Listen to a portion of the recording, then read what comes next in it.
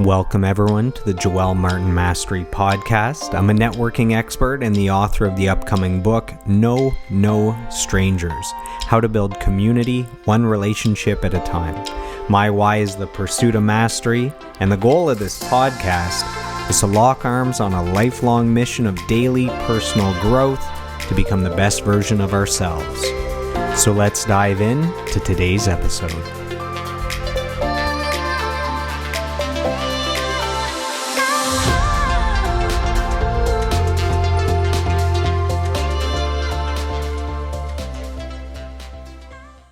Welcome, everyone, to today's episode of the podcast. We are joined by a very special guest. He is the keyboard player for the multiple Juno Award-winning and multiple gold and platinum album-producing band, the Arkells. So welcome to the podcast, Anthony Carone. Anthony, how are you? And how was last night's performance? You were performing outside of the Arkells with an artist named Michelle Tracy. What was that like? Oh, it was great.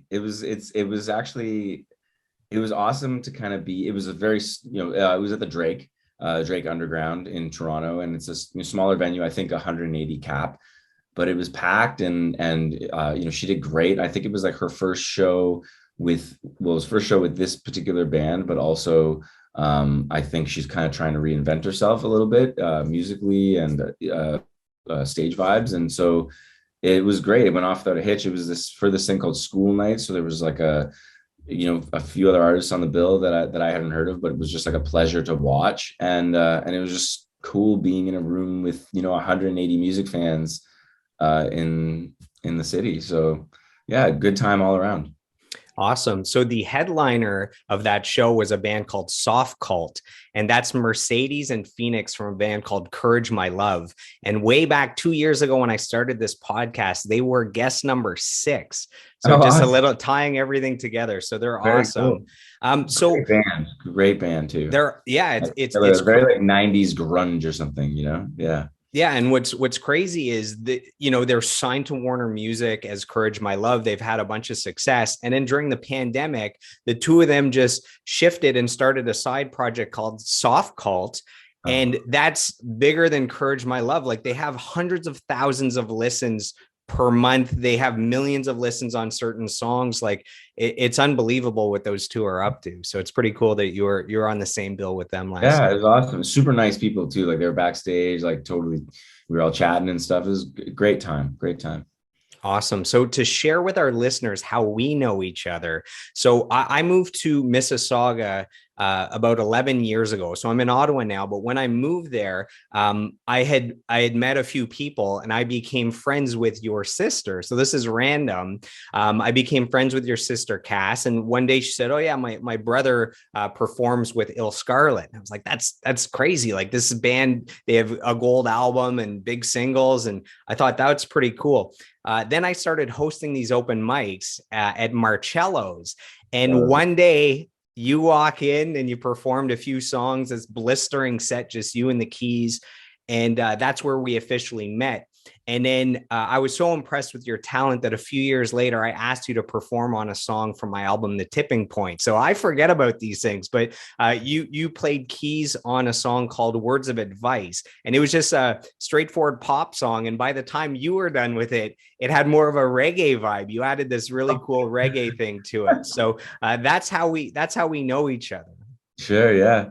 Yeah, it's crazy, man. Like, like these things that you do forget about them, right? And it's all encompassing, and things always circle around. And like, I mean, I don't know how many years ago that would have been now, but those open mics, I remember hanging out with those, like, every week. And I think when you were doing them, that was at Marcello's. And then I think there was another open mic down at Cullen's. Like, Streetsville was just bustling with like music, around that time. I don't know what it's like now, but it's so funny. I don't have too much memory of it, I was probably, drunk most of the time, but I'm sure it was awesome. That's all good. I actually have a question sent in here about Streetsville. Right. So this is from Neil Lyons, who you might know. Of course. Yeah. So this is sent in from Georgetown, Ontario. He says, "What was the scene like coming up in Streetsville with bands like the Knockouts and Ill Scarlet? How did it prepare you for life in one of Canada's biggest bands? Do you have like a favorite memory or a first show or anything like that?" So many. I mean, like Streetsville, you know, we chat about this sometimes, like within the band, not just me being in Streetsville, but Tim, grew up in Richmond Hill, and like Max grew up in Toronto, but then even just moving to Hamilton, like there's all these pockets in Southern Ontario of like killer music scenes. And like I'm so fortunate to grow up in a city like Mississauga. Strangely enough, when you think about it, what do you think? You think Square One, and like the center of it is like a mall, and you don't think that there's these little hubs. But Streetsville was like I in high school I was going there like every weekend. There was a place called the Masonic Lodge, and there'd be 100 people crammed into this small basement venue with terrible sound, and everyone would just be belligerent, and I saw some crazy bands there, like I was talking to my friend the other day about this. I was in grade 10 or 11, and I saw Alexis on Fire perform there. Like, and there was 15 people there, and I think they were opening up for Death from Above, and you process that now, and these are like high ticket. That's a good double bill right there. Yeah, and you're seeing them in front of like 15 people. And I remember the drummer from Death from Above did this Eric Singer drum solo. I think he's a drummer from Kiss, and there's one of their records, there's this like drum solo, and he did the drum solo, and I remember being like, this guy's crazy. And then like 10 years later, they're like the biggest band in the world, like, so it's it's such, I don't know what it's, I haven't been there in many years, and I know Masonic kind of stopped doing shows, like even I think I was in grade 12 when they stopped doing shows, but like just being able to be around that and growing up with it. And I met so many people, like people that I ended up playing with later, like Ill Scarlet, for example. Like I used to go watch them play, and then like years and years later, when they kind of were doing their second record, it was like, hey, do you want to come on board? But I wouldn't have met them if I didn't go to the Masonic Lodge shows, and like I think I saw Billy Talent at the hockey arena there, like the small hockey arena, and Ill Scarlet opened for them that year. And yeah, it's a crazy, and Neil knows, like that's a good question from him, but he was very much involved in it, and I played with his band with Bernadette. I don't know if you ever saw us play. We used what was the name of the bar? There's a bar down on the corner. You know what I'm talking about? In the, not Cucullins, but the other one further down. The Cock and Pheasant, or it was the Cock and Pheasant. No, yeah, it was kind of like in that like kind of like strip mall at the very end of Streetsville, like like where. Yeah, kind of, so I did open mics at the Cock and Pheasant, but maybe there was a pub that predated that. I'm not sure. No, I think that's the one. I think that's one. I just always mix the names up around there, but yeah, like played there a bunch, and with Neil, and yeah, it was an amazing and amazing city to be a part of growing up. Yeah. That's awesome. I reached out to one of the most successful Canadian bands of all time to help me start this podcast. So here are some words from Gilmore from Triumph. So you ready for this? So he says, in 2022, there's no doubt that the Arkells are Canada's premier rock band, and for good reason. Powered by Tim's rock-solid drumming, the rhythm section is a thunderous backbone that sets the stage for Max to work his magic on the crowd like only he can do, turning Arkells fans into an extension of the group, a family, really. Nobody does it better, in my opinion. Gilmore from Triumph. That's amazing. That's cool. I know him and Tim are pretty tight, so that's really cool of him to say that. And yeah, there's some history there with Metalworks tying everything together. Yeah, Tim went to school there, and then kind of just really became involved with them. We've done some recording there too. It's a great spot, another Mississauga institution too. Who would think, right? Like one of the craziest studios, like where like Christina Aguilera, like everyone like recorded 40-year history, right? Had a room there or something, yeah, in Mississauga of all places, like, so yeah, it's great. So you're a huge music fan. I'm curious, where does this love of music come from? Like if we go way back to the beginning, where does this love of music come from? Are there any like earliest musical memories that jump out at you? Yeah, a little. Yeah, I mean, mostly, like my parents really, really pushed me kind of into it.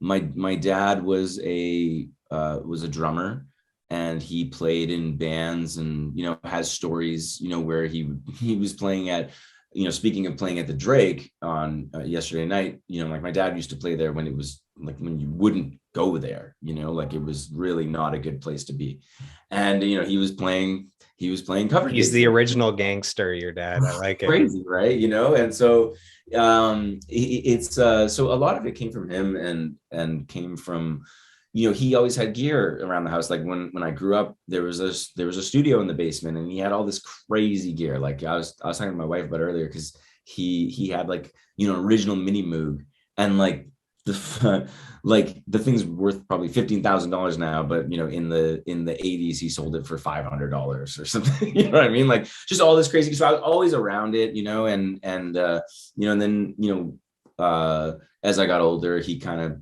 took me to shows. Like the first band I ever saw was Kiss. Like I used to go to all the Beatles conventions in Toronto when they were having them at the Metro Convention Center. So I saw like, Beatle cover bands and whatnot, and so, yeah, like again, a lot of it came from them. And I think they probably noticed that I was gravitating towards it, and then were like, hey, like, do you want to actually, like, I remember, I think I was 6, and they were like, do you want to take piano lessons? And I was like, yeah, okay. And then they bought a piano. Like my dad sold all his shit and bought me a piano, like,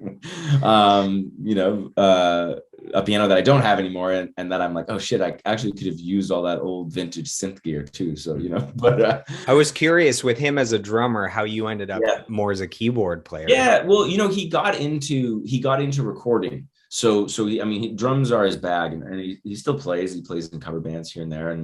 But I think he got into recording for a little bit. Him and his friends were going to open up like a recording studio, and they bought all this gear. And then I don't exactly know the story or how it fell apart or why, but they had all this gear, and I think he retained some of it or whatever. And so there was like, he had like an original Juno, I think a Juno 6, or it was either 60 or 6, and he had like a mini Moog, and like, a drum, like the like an 808, I think, like that, and like reels to reel. So yeah, I was just around it. He had guitars and stuff. He's kind of like an all around, like drums are his thing, but he plays guitar, he plays piano, like kind of an all around kind of guy. So yeah, just kind of like always around it with him. And we used to jam too, like those are some of the earliest memories. Like I learned to chord because we would jam Beatles music. Like he would play on the guitar, and I would like chord along with him, so I learned chording at a pretty early age as well, right? So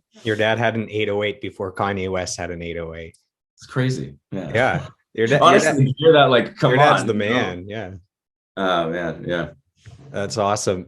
Was there anything that you wanted to be as a kid when you grew up before you figured out you wanted to be a musician? Yeah, no, I don't really remember, like, if there was really anything else. Like I I don't ever, I was never really good at anything else. I'm not the most athletic person in the world. Like I was terrible at t-ball.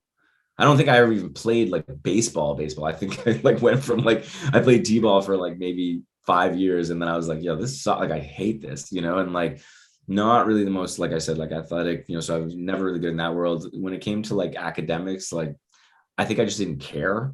I was kind of like, why do I have to do this stuff? And so it just kind of always, I got pigeonholed, in a good way, because I didn't really like, I don't have anything to fall back on except this. So whether it's a band or whether it's like doing something else, like maybe it's teaching or maybe it's, like recording or whatever, like there's not really like, I'm not like, oh, the music's not going to work out, I'll become like a math teacher or something like that. Like I'm fucking terrible at math, like, so it's like, it just worked out, and it was just, there was not really ever any other kind of thought in my head, maybe not necessarily like playing live. I mean, I definitely, as I got older, I was like, like I got into punk, and I was like, I want to play fucking punk at a show at Masonic Lodge, and that was a goal, So maybe not necessarily up like, like playing in front of, fans or at a show or whatever, but definitely like, oh, like music is kind of a thing that I'm interested in, and I like to play it, so yeah. And how early on did you realize that you had talent, that you had something musical to offer, that maybe you could actually have a career as a full-time musician? I still don't know. You know what I mean? Like there's not ever like a moment, you know what I mean? Like I'm always second guessing, right? And maybe that's what kind of maybe that's what propels it, I don't know, but definitely I don't think there was ever a moment where I thought I was good, And I still do. I'm being honest, like I still don't. Like this isn't just some humble, garbage that I'm trying to throw out there. It's like there are musicians that can run circles around me, and I'm very aware of that. And I was well aware of that from a young age, right? Like I always got really uncomfortable, like in high school when like teachers would give me compliments. And I'm like, yeah, okay, I can play, and even now I'm still like, yeah, I can play, but I don't by any means, like, when you think about like real virtuoso, instrumentalists, it's like, no, I'm nowhere near it, and I don't practice enough to even get to that point, so yeah, it's always, I'm very, I think, even tempered with how good I think I might be, if that makes sense. I put out a bat signal to Arkells fans for questions to send in for this episode, and I had more questions sent in for this episode from fans than any other band I've had on here. So the Arkells army is well and alive and strong. And the questions come in from Ontario, from Manitoba, from the US, so California, Washington. And the first fan question here, well, I guess we had one from Neil already, but yeah. The fan question you might have answered already, but this is Sapphire Schofield, Ontario, Canada. She wants to know, if you weren't a musician, what would you be doing? So is the answer nothing? You can answer that. I don't know. I genuinely don't know. Like it's funny, over the pandemic, well, like for a lot of people over the pandemic, things have changed and they've needed to pivot and, and figure things out. I was very fortunate that I don't have to really, or at least, yet. I think if maybe we went on for another 5 years, I'd have to start thinking about like, what am I going to have to do now? But, like very fortunate that I was able to kind of still focus on music, and the band had like a ton of stuff that we were still doing, but I had to fill the time. So I started like renovating my basement. Like my dad and I, we just basically took hammers to the walls, and like it was this old, like it hadn't been renovated since like the 1970s.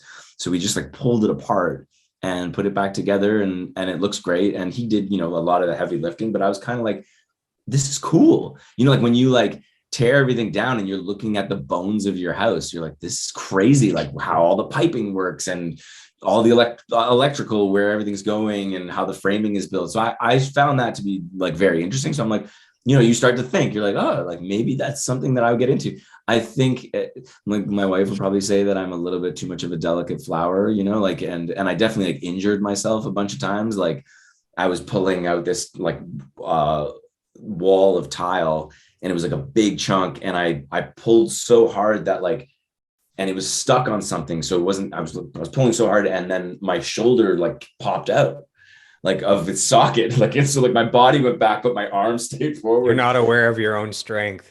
I guess not, but yeah. So, like maybe might not be the best industry for me to get into, and then another thing that I've been doing just because I've been home and is like I've just been cooking a lot. So now I'm kind of like, oh, like I really like, I want to take some cooking classes, and, so fine, like just, what it is, it's just having the time. I get so consumed and obsessed with all this sort of stuff that I kind of just forget about other things, and so having the time to kind of be home, kind of propped up some other, interests, where I was like, oh, this is actually kind of cool. And, and I spent a lot of time with my son. So it's like doing the dad thing. And, so yeah, I mean, sorry, that's a long answer to a question that, yeah, no, I don't really know what else I would be doing. I'm not very good at a lot of other things, but slowly finding other interests. Yeah, at 37, finding other It interests. sounds like your wife and your son most benefited from you being home, between you Yeah, cooking and being able to spend time with your son. Your new hobbies sound like you could start a reality TV show where it's a rock star that's cooking and doing home renovations, why am combining I them.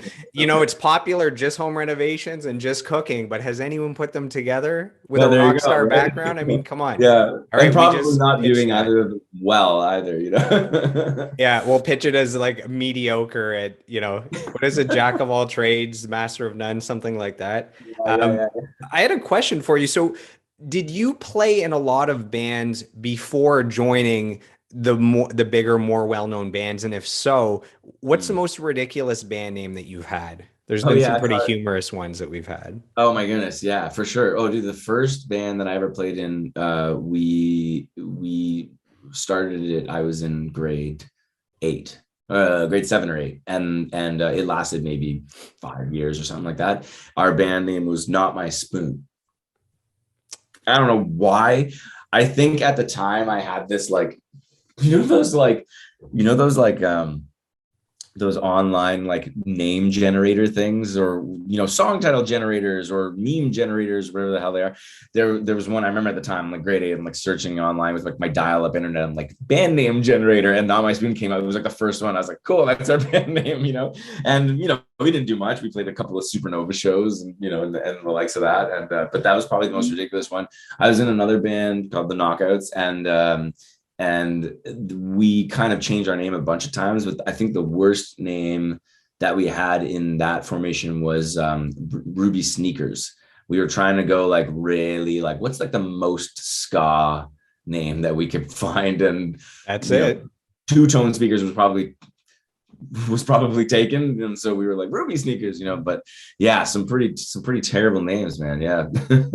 When we're young, you know, we're often told to get that education, get a good, safe job, play things safe. Did you ever have a fear of not being able to make a living as a musician? um the best advice that I ever got was I used to do like these like jazz gigs. Like I went to school for jazz piano, right? So there was a period there where I was kind of in that circuit. I was playing with this artist in Oakville. Her name is Mary Ave. And we did like the Oakville Jazz Fest, and I used to hang out with her and a couple other musicians in the band. We'd go down to this place called the Arbor Cafe on Lakeshore in Oakville, and they had jazz like Friday, Saturday nights, and we would just go in there and just hang out. And like I don't even think I was old enough to drink at the time. Like I think I might have been 16 or 17. And so we were just in there. I had a Coke, and there was this artist that used to play every weekend. His name was Matt Dusk. I don't know. I don't know if you've Oh, ever heard yeah, of him. he's a big artist. Yeah, but the dude was playing like, quiet time jazz gigs at this place in Oakville. And it was cool, it was really cool. And he was the nicest dude. Like like we were like young kids, and like, well, we want to play shows and we want to play jazz. And I remember the best advice that I ever got was actually, and it stuck with me, was the keyboardist actually of that band. And he said, because I was like, like I asked him the same question, can you make a living doing this? Like what what does the living look like? And he was just like, don't get into it for the money. He goes, just do it because you want to do it. And I literally, like, I was 16 and I just lived by that, so, as you get older, you start to think about, I have a family now, and so I always do think about that, like, oh, fuck, like, am I going to be able to make a living out of this next year or the year after? And honestly, when COVID hit, I was like, I lost my mind. I was like, holy shit, like we have, like, we live in Toronto, which is not cheap. Like, we have a child, and, like we have a nanny who comes in, and, are we going to be able to afford any of this? And now there's like inflation, and you're like, what's happening, So sorry Um, for our listeners that aren't right. musicians and aren't aware. Yeah, yeah. Most musicians, they make the bulk of their money with live shows, the touring, Right. the ticket sales, the merchandise. So when COVID hits and essentially the live entertainment industry shut down for 2 years, man, all musicians were in a rough spot. So That's just crazy. giving that disclaimer Sorry, to people sorry. that No, don't know. absolutely. No, yeah, no, dude, no one's making money off of record sales anymore. You know what I mean? Like, we get unlimited music for $9.99 a month, So like, yeah, the bulk of the bread and butter comes from live shows, so that was stopped. And again, like we're in a very, I realized shortly after that we are in a very fortunate situation because we were able to pick up on things like Zoom gigs and the stuff like that, like we ended up releasing like an acoustic record through it, and then did not some we didn't do any like live performances because that wasn't happening, but we did some tape performances which then got sponsored, so it was great, we were working, which was really helpful. But yeah, I don't know, is it a stable gig? No, but I don't know, like I like to play, and I don't know I don't know if I would do it uh as maybe consistently. If I wasn't making money, I'd have to find ways to make money, but I'd still play, and I still do things like that don't maybe bring in, and again, I'm lucky because I don't like, I make enough that I'm able to kind of go, hey, do you want to, like playing last night, for example, like that, is like, they're my friends, and I really like the music. So I'm like, yeah, I'm going to go and play with you. I don't care. You don't have to pay me anything, like buy me a beer, and so, cause it's such a great time and you're so connected on stage that it's like, it's not worth, or I don't want to say it's not worth money. It's you know what I'm trying to say. It's like there's not a dollar amount that you can put on that, So Yeah. yeah. Do I fear it? Yeah, I don't know. We'll see what happens. Yeah. Your first big break was becoming a touring member of Ill Scarlet. They were already successful. They had a gold album, some hit singles. How did that opportunity present itself? You mentioned that being in Streetsville and the Masonic Lodge and all that, but yeah, no, it is. It's very much Streetsville, and like, I'd go down there and hang. I don't know if they ever remembered who I was at those particular shows, but then I formed a band, the Knockouts, and we opened for them a couple of times, and then so they kind of knew me through there, and it was just really random. It was like I got a message one day from Suave, and he's the drummer, and it was like a Facebook message, and he was like, hey, like, do you want to play keys on, I don't even know how he knew I played keys. Like, I don't know if it was word of mouth or just assumed it or whatever, because I played guitar in the Knockouts. So he was like, hey, do you want to come play keys? We're playing the Sound Academy, which is now the Docks, right? Or Rebel now, I think. And I was that's a like, big venue. That's a few thousand people. yeah, well, dude, I was playing basement shows still at that time, right? So that was like, holy crap. And keys is more my bag, right? So it was like I was able to kind of impress a little bit, and then they were like, yo, this is great. And then after that show, he was like, do you want to come to LA and record our next, because we're about to go in and record our sophomore record. And I was like, yeah, okay. Like, like, I don't know. And then it just kind of snowballed, and then I just ended up, I was never really like, I was very much like a hired gun for the band, but I was playing with them all the time. So I was kind of like in the thick of it with them. We were writing tunes and stuff like that. And so, yeah, it was a great opportunity, and like, and it really thickened my skin because I was very green at that point. Like I was teaching piano and then playing basement shows. So I didn't really know the industry yet. So they kind of really introduced me to a lot of that.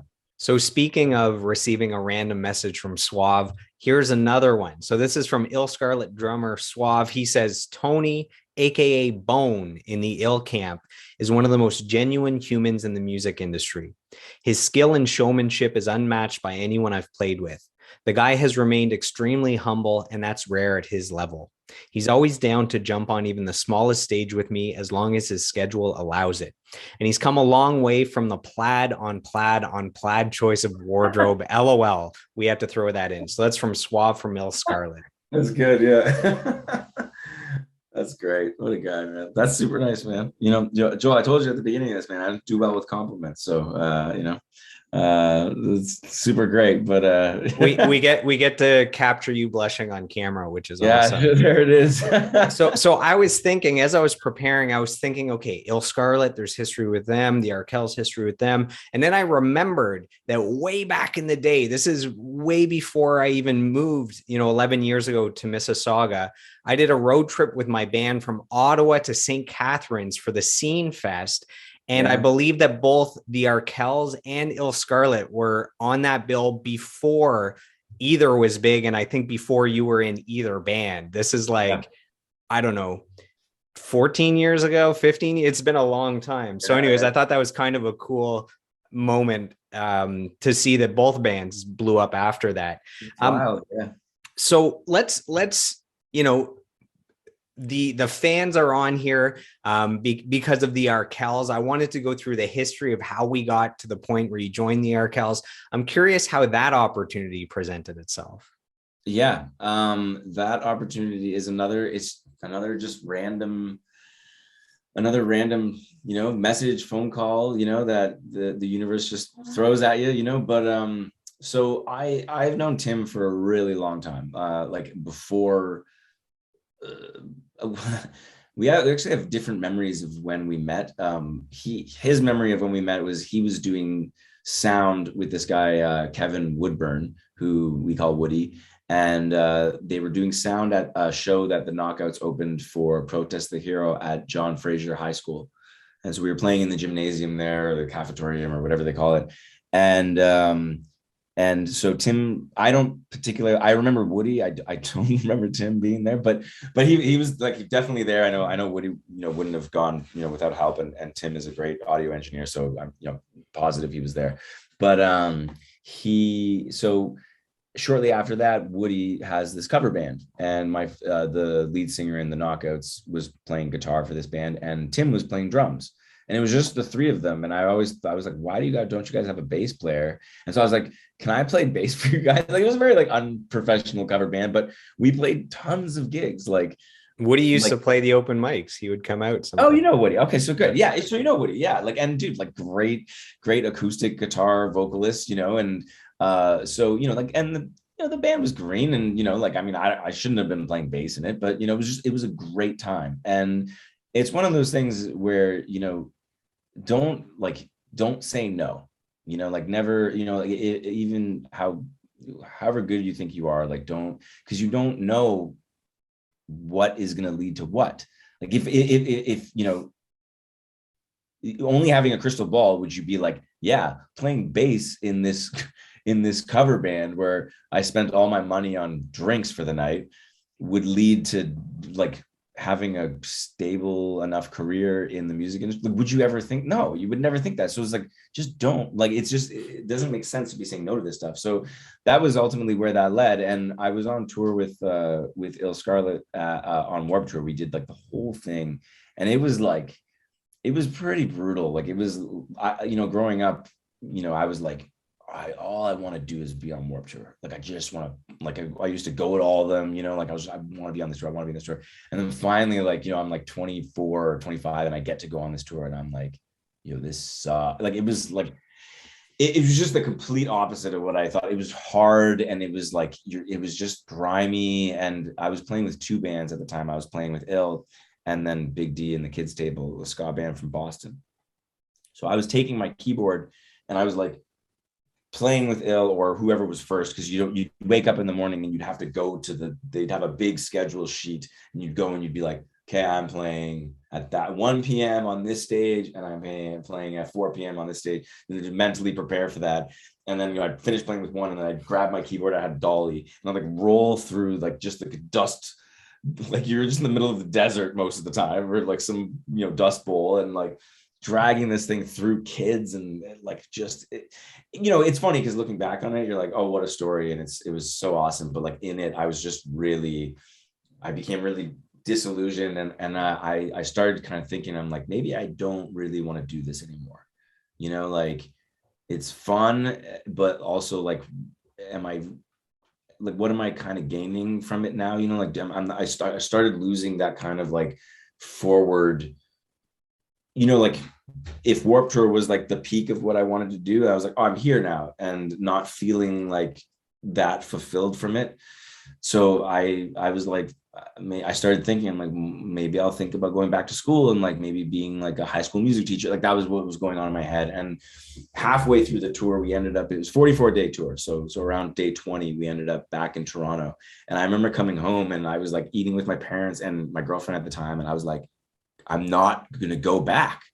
Like I'm going to stay home. Like they can have my gear, like it was just so like, they're long days and you're out in the sun all day, like whatever. I can think of every excuse, but and everyone at the table like talked me into staying with it. And I was like, okay, fine. But when I'm done this, like I'm done. Like I'm not gonna do this anymore. And like I shit you not, like 2 days later, like I'm back on the tour. We did Montreal and then we go back into the States. And like 2 or 3 days later, Tim's like, can I call you for a second? I'm like, I haven't heard from this dude in like 5 years, maybe, I don't know, like just random messages. Like he's like, I was like, yeah, sure. And so I called him and I was like, what's up? And he's like, like we literally like a week ago, like our keyboardist, he's gonna go back to school. Like he's gonna like take up law, like he's gonna do a law degree. And he's like, he goes, I know you're busy, but like, do you have any interest in coming to jam with us and seeing how it goes? And I was like, what you know what I mean? Like, dude, like 2 days ago, I'm like telling myself that I'm going to get out of this, and then, so I was like, okay, I don't know, because I don't necessarily think that I want to go back into like, really grinding at it, and, but I'm glad I did, because it really,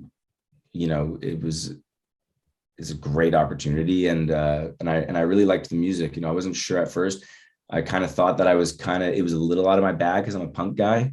I'm coming from playing like reggae with Ill and ska with Big D and, the knockouts with guitar. And like, so I'm like, how do I was watching videos of Arkells and like, the keyboard player was like playing harmonica at the same time as playing the keyboard. And I was like, how the fuck do you do? Like I have no concept of how to do that, and then like, he's doing all these like sound effecty things. And, so I was like, I don't know how I'm going to do here, because this just isn't what I shaved my head, like, because it's Warped Tour. So I could shave my head. I had a bandana, like I've ripped clothes and everything like that. I'm like, I don't look like these guys, and so it was a wacky couple of months. I worked really hard at I was listening to the music like every day. I'd go to sleep in the bunk on the tour bus on Warped Tour, and I'd pop in, Jackson Square, Michigan Left, because I had to learn like all of those records, like to go jam with them. Like Tim was like, just learn it all.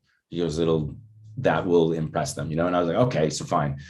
And like I literally gave myself like hives because I was so nervous and stressed out, and I was still doing this like rigorous touring, right? So it was just, yeah, it's such a wacky period of my life, and so stress driven, but worked out, and it's I was again like, fortunate enough to have people to kind of like support me through it, to go like, no, like we know what you like doing, like just go for it. And if it doesn't work out past that, then you don't have to worry about it, and and again, fortunate enough that like with Ill, I think if it was busier, I probably would have said no. It just timing wise, just everything kind of really connected, so yeah, I've kind of like crazy just universe kind of throwing things at you, So we just heard from a member of Il Scarlet, and now we're going to hear from a member of the Arkells. So this is a voice clip. So this is from Nick Dika. Here we go. Hey, Tone, it's Nick. Someone slid into my DMs yesterday and asked me to say a few words about you. So firstly, Anthony, as a musician, is the best musician I've ever played with. I'm super lucky to get to prick his brain and learn from him. He's super generous with his time and is always happy to talk music. Despite how talented he is, he's always pushing himself. He's always learning and teaching himself things. The time we've been in the band together, I've seen him teach himself how to play trumpet, mando. I've seen him learn Pro Tools, engineer sessions, and he makes it all just look so easy, which is the mark of somebody who's super talented. Tone's the band's musical director, and he makes us all better performers and arrangers and musicians. It's really inspiring. Personally, I don't have a ton of great stuff to say about him. No, I'm kidding, Tone. I'm kidding. Tone's as good a person as he is a musician. Don't let his crusty punk rock, don't tell me what to do aesthetic fool you. Yeah. He's a super caring and thoughtful person. We've been in a band together for 12, 13 years now. And that can have its challenges, and Tony always makes going through those things a lot easier, whether it's like an inside joke he tells to keep everybody laughing, or wise words of advice when we need it. We can always go to Tony. Tony's a great guy, and I totally vote for him for prime minister too. I'm all in on Tony as a politician and what he represents there. So those are a few things from my perspective about Tony. You're going to be an expert at receiving compliments by the end of this. So. God, no, that's great. Nick's the best, man. It's so funny. Talk about someone that is so ready to give, musical compliments to somebody else. He doesn't take himself as seriously as music. The dude is like a rock solid bassist. He's crazy, and he gives himself no credit, which is wild. And sometimes we're in the studio, I'm like, Nick, just fucking trust yourself. You have such good instincts, and just doesn't. But it's good. I mean, it's all that sort of shit that kind of just it's an ongoing process, right? So the minute that you think you know what you're doing, you don't. And he's a shining example of that. Talk about, he's I've seen him learn stuff. It's the dude learned synthesis in 2 years. He does all the synth based stuff now. And that's not easy to learn. So that's great. I appreciate those compliments coming from him. So let's dive into the first two Arkells albums. So Jackson Square in 2008, Michigan Left in 2011. You joined the band shortly after those, the two albums are out. Man, that debut, Jackson Square, is such a killer debut album. There's 4 undeniable hit singles. I remember going out and purchasing it and listening to it as a student at Metalworks. I'm curious, were you already a fan of the band and of the albums and the music before joining them? Sometimes it's just, the band is big and you have an opportunity to play with them. I'm just curious, before ever having an opportunity to play with them, were you a fan of the band? It's funny. I think I was part of a clique that, when I was younger, I kind of didn't really have a lot of respect for other genres, right?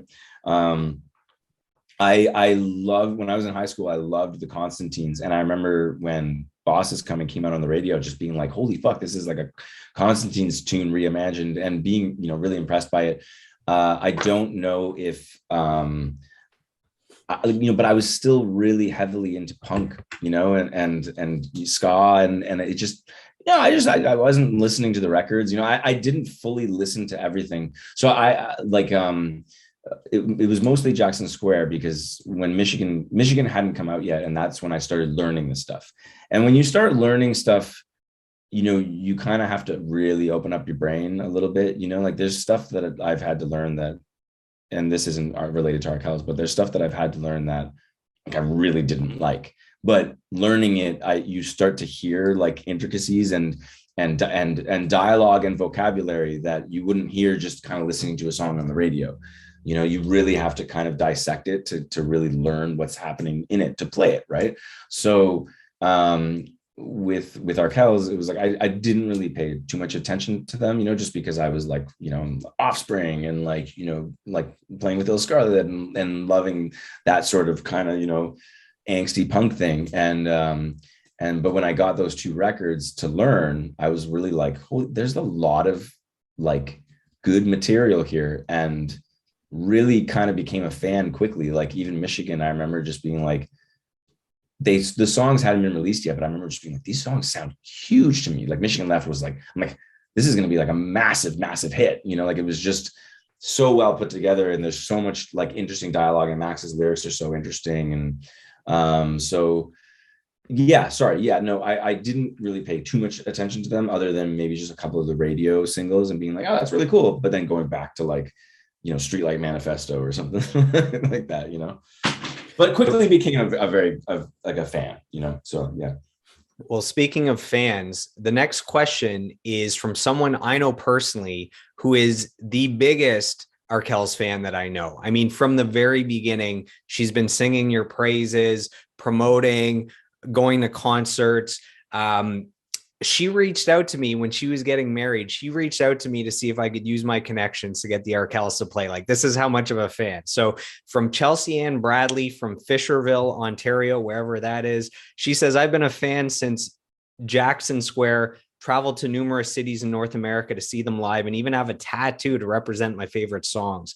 My favorite live memory is being at Tim Hortons Field in 2018 for the rally and seeing the absolute joy on yours and the entire stadium's face when Max announced Baby Oscar came into the world. The connection to that band has created the connection that the band has created with its audience is such a unique and special feeling. Being a band who creates music that tackles tough subject matter and hard-hitting topics, is there ever a feeling of being exposed to backlash on those topics? If so, how do you navigate that as a band? The outspoken nature and artistic storytelling of each song is one of my favorite things about you as a band. So that's from Chelsea Bradley. So the question in there is, you guys are able to tackle some tough subject matters. I know, you leave the lyrics to Max, but just curious, are you guys ever as a band fearful of backlash of any of that content? I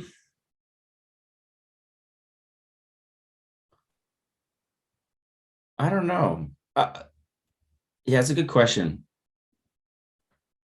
There's definitely like a lot of like mental gymnastics you need to do, like especially nowadays with like just things being on the internet and cancel culture and all that.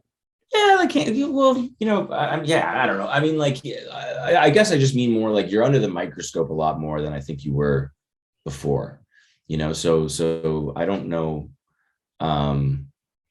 Like I'll give you an example. So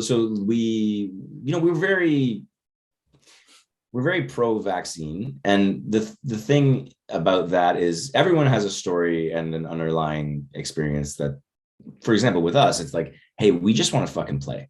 So if getting a jab in the arm means that we get to do what we do, and that's the worst of it, like, okay, you know what I mean? Like, so we kind of really, and also there isn't, we can get into the dialogue of like, the efficacy of it or whatever, you know what I mean? And everyone's got a differing opinion on it. But like, to me, I'm just like, listen, if it makes sense to do it, just fucking do it. And so we really kind of pushed that home. And at the show we did in August at Buzz Stage, I came up with this idea to have Max. So I do like a piano solo every, like most of the shows, and it always kind of takes a different form, but it's always kind of around the same a vibe and song. And so at the Bud Stage shows, we were like, okay, how can we make it different? And I was like, again, like a shitty little punk troll or whatever. I was like, what if you said I was addicted to the vaccine and you bring out this huge syringe and you inject me with it, and then I turn into like the Hulk and I do this solo? And I honestly, God, like I maybe throw out like every tour. I'm like, hey Max, what about this? What about this? What about this? And like, if I throw out like 20 ideas, maybe 2 will kind of like seep through. So I just was making a joke, and he started like belly laughing like through it. And as I was saying it, and he was like, we're doing that. And I was like, we're doing it? Like, and so anyway, there was, we got a lot of backlash for it. And we got a lot of backlash from people that were very pro-vaccine and very anti-vaccine. And I don't know, who cares? You know what I mean? Like, it's like these people, like, they get online and they're like, I gotta say something, and like the keyboard warriors, right? I gotta comment on it, like, or I'm not gonna. And you know what it is? It's just, and I realized this, like, because I was actually, the pandemic helped me through this, but like I was very much like in that world where I had a Twitter account, and oh man, like I have to say something, because if I say something, that means that it might change the framework or whatever. It's all bullshit, you know. And all it is just, in my mind, and people probably disagree with me, but like, it's their own feelings, and you need to have an outlet, you know. And as a kid, my outlet was music, you know. My outlet was like, just get it out, you know, like I'm gonna play a song, or I'm gonna write a song or whatever, you know, like write some stupid lyrics that'll get my feelings out.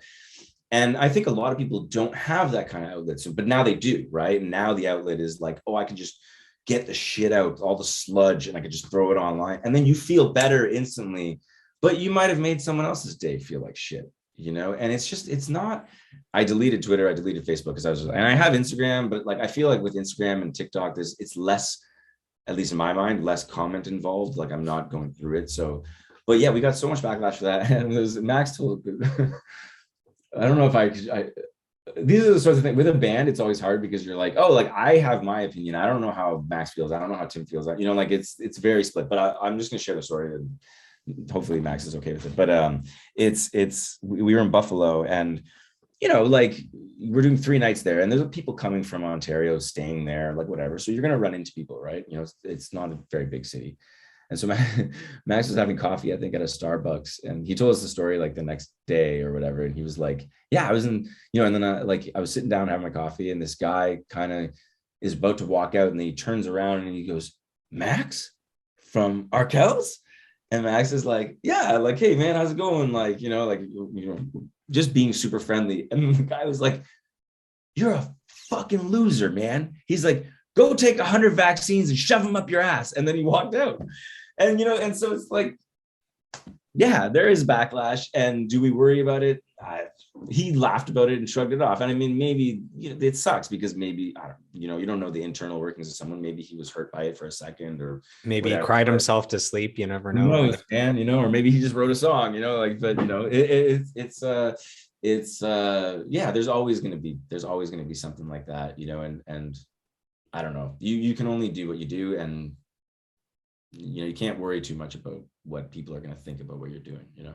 At least that's my opinion on it. But so you joined the band in 2011, and by 2012 the band won a Juno for Group of the Year. We have a question here about that Juno. So this is from Crystal Amo from Spokane, Washington.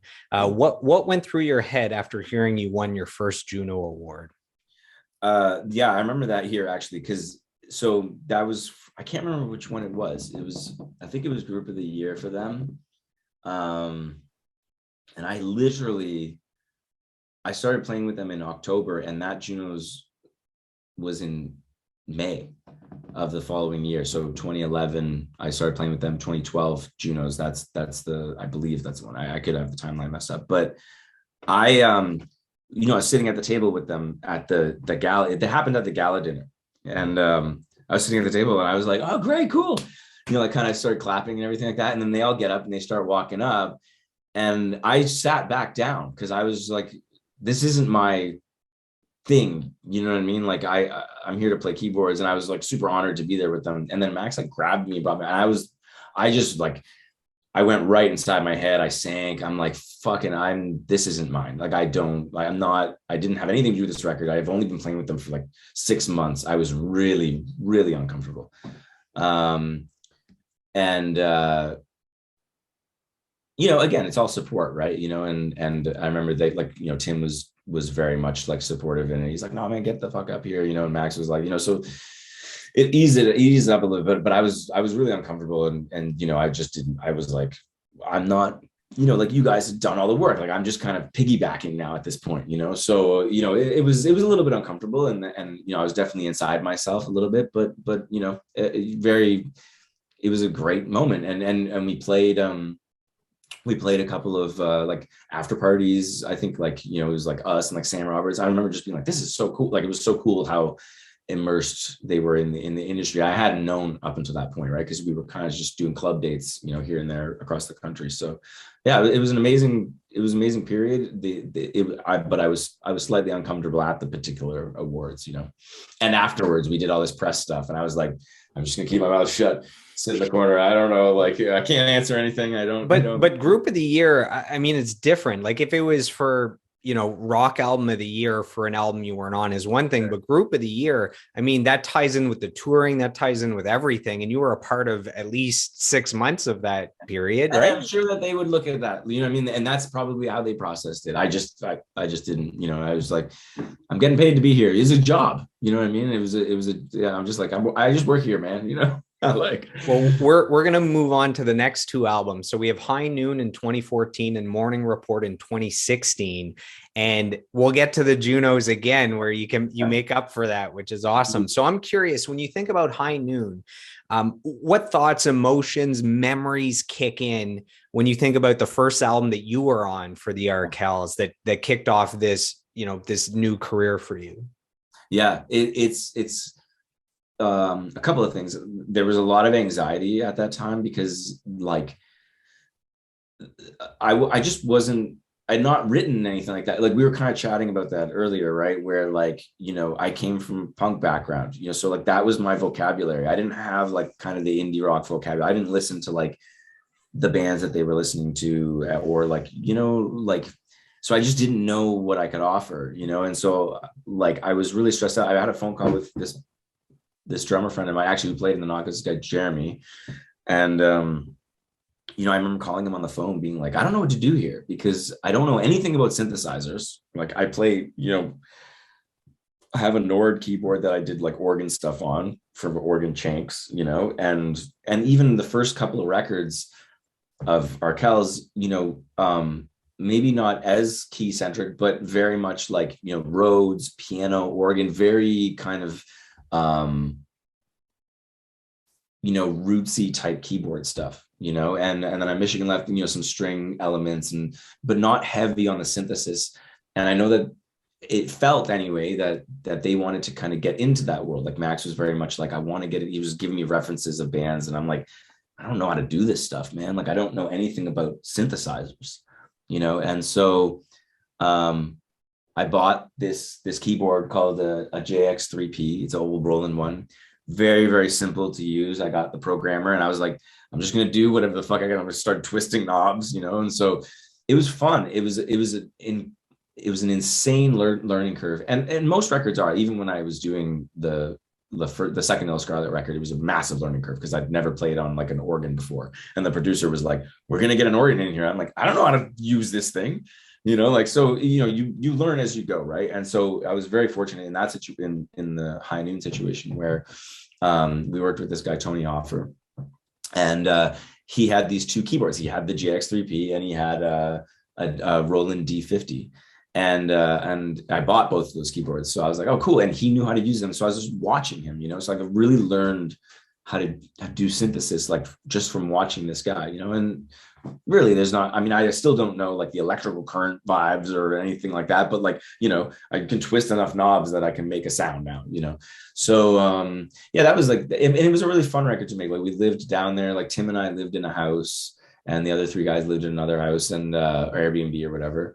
And you know, we like, it was a month long, you know, so I was in LA for a month, and we worked every day. It was like a job. And actually writing the record was very much like a job. We went to Hamilton at this place called the Spice Factory, I think was the place. And they had a room upstairs, and we set up all of our gear, and we went every day from like 10 to 4, like every day, Monday to Friday. It was like a clocking in and out of like working a blue collar job, you know, and wrote this record for over the course of the summer, and then went to LA, worked on it for a month. And you know, it was fun. A lot of great memories. You know, Tim and I drove, as we do every time now that we're down there, we drove to Vegas and hung out for 3 nights, you know, while the other guys did some other stuff. You know, just great time, great learning experience, and you know, good, bonding experience with the guys too, So I really dug into the entire Arkells discography, had the studio headphones on, really taking it all in.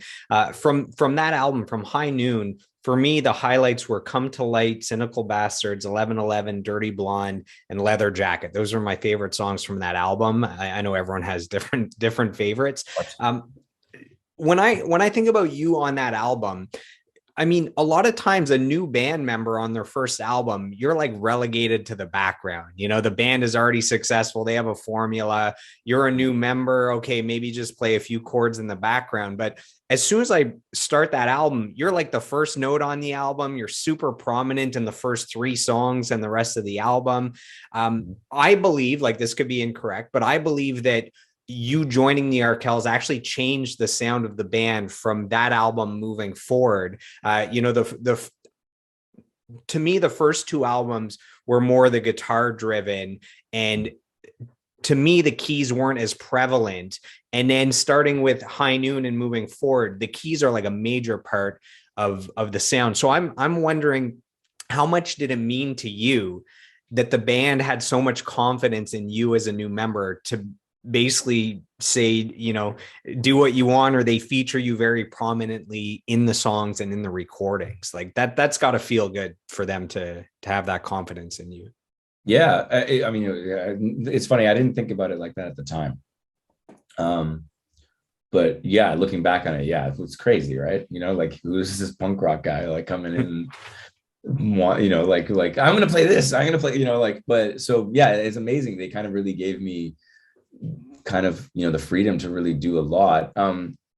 I think keyboard wise, it was kind of always there, definitely more centered around the guitar at that time, but there were, like, if you really take a song like Ballad of Hugo Chavez or like John Lennon, like those are keyboard centric songs, like, I mean, the guitars in Ballad, for example, mostly just octave, bam, bam, bam, very Motown, but the keyboards are holding that. I think with Dan, he was really good at kind of masking.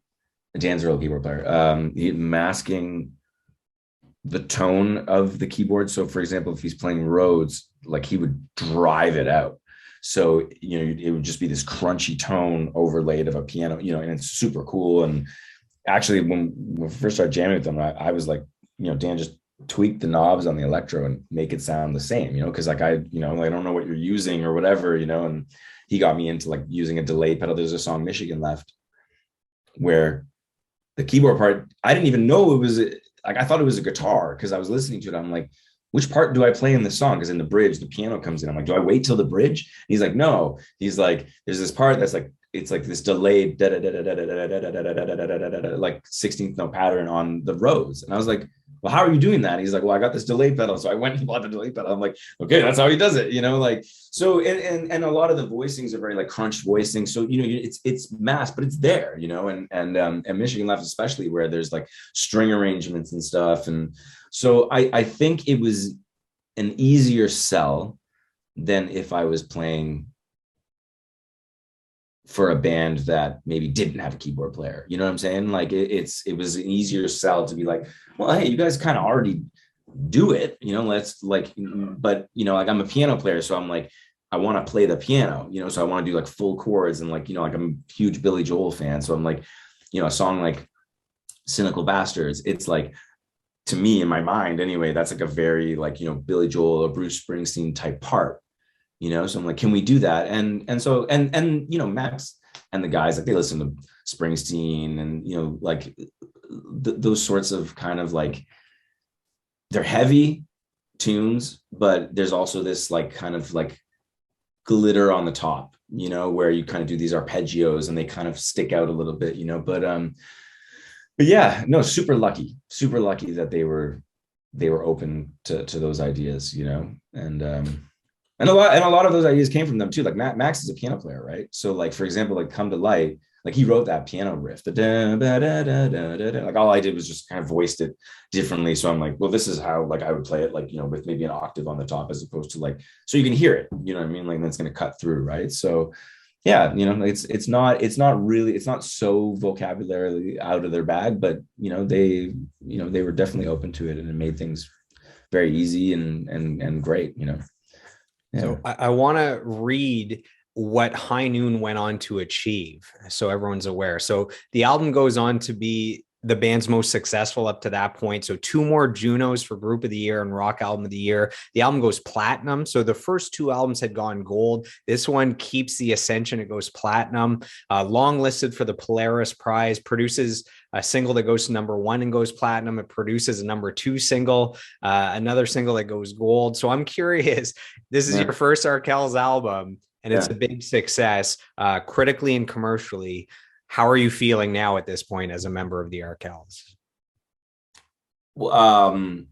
Like at the time, like right now, like thinking back on it, or at the time? So at the time, so that album comes out, your first album, you're nervous, Yeah.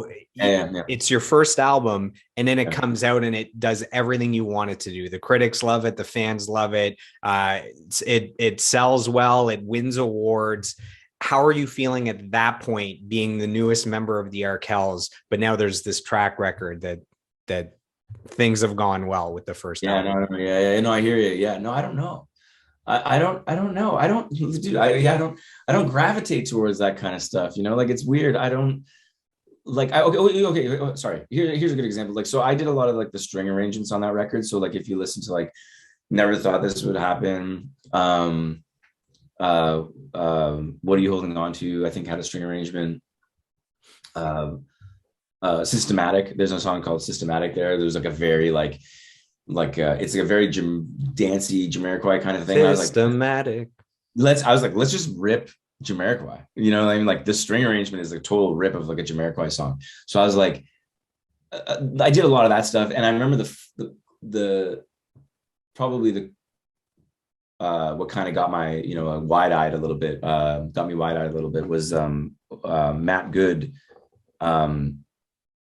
either tweeted or tweeted out, like, when we released Never Thought This Would Happen, he was like, yo, but that string arrangement, I can't remember what the tweet said, but it was like something like, that string arrangement is beautiful, like blah blah blah or whatever. And I remember being like, whoa, that's crazy. Like I grew up like with Matt Good, I mean, like not necessarily like immersed in his songs, but like, like he was like a big deal. Like when I was a kid, like he's on Much Music all the time or whatever. So then here's this guy that complimenting on something that I had a part on. It was a big deal to me.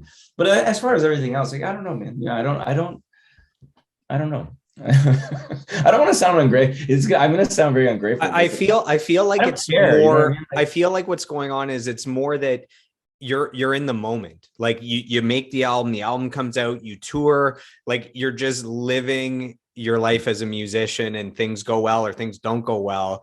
That I feel like that's more of what it is. You're just more living through it as it happens than just reminiscing all the time. No, for sure. And this is honestly like the perfect band for that too, because they're all on the same wavelength. You know what I mean? Like, and I don't want to say that we don't care, but it's very much like we're here to like make music and do our best, and that's literally all we can do. So it's like, if we get these like accolades and not, head nods, it's awesome. It feels great, and it's like, oh, we did a good job, but it doesn't. I don't know. It doesn't. I don't know. It's funny too, because I always kind of wonder. I'm like, are we ever really satisfied with ourselves? And I don't know. You know what I mean? Like, what it is too. It's like sometimes when you're doing this stuff, you get like, at least with me, I get these like grandiose ideas in my head. I'm like, oh, this is going to be the craziest part. People are going to go nuts, and it's always the opposite thing that you did. So then I stopped thinking about it. Because I'm like, I can't constantly build myself up and then go, oh, okay, but you like that other thing, okay, well then I guess I'll try that, and then you try that next time, and they're like, but then you did this other thing. You're like, oh fuck, man, like it's impossible to keep up. And like you said about listening to the stuff, is everyone has their, you gravitate to those 5 songs, but then other people gravitate to the other 5 songs, and so it's like, it's just, I don't know, yeah, how do you keep up with it? But it's funny that you mentioned Matt Good. I've been having some amazing guests on the podcast, Finger 11 and I Mother Earth and the Standstills and all these great artists. And, my favorite band of all time is Winter Sleep. And when I started the podcast, actually before that. So I just found a note I did of my goals from 2 years ago. And when it started the podcast, literally my only goal was interview Winter Sleep. And I interviewed them a couple months ago. And what's funny is, I'm reaching out to all these bigger artists that I'm a fan of to get them on as guests for the podcast. And out of nowhere, a couple of days ago, Facebook says, hey, you might know this guy. And it's Matt Good, like the actual Matt Good, And I'm like, oh, that's weird. Like, is it actually him? And I look and it's like promoting some upcoming acoustic shows, all this stuff. I'm like, it's really him. So I send a request and within like a few minutes, it was accepted. And I was a huge fan growing up. When I was a teenager, they were huge. I drove to Montreal to see him with his solo career. So it's kind of funny you mentioned Matt Good and Facebook's like, this guy? It's like, I think everyone knows this guy. Social media now, everyone's a friend, and it's such a small, especially the Canadian scene, right? Like it's small, man. Like when you really everyone knows each other. There's some sort of, what's the thing? Like, everyone's 3 degrees of separation away from each other, right? It's true, right? Like it's crazy. Yeah. I heard a stat that is staggering, and I've mentioned this on the podcast before, but on average, every person in their lifetime will know 1,000 people, which means that you're only one person away from a million. So the example is I know 1,000 and you know 1,000. And then each of our 1,000 knows 1,000. So you're one person away from a million people, and you're only 2 people away from a billion.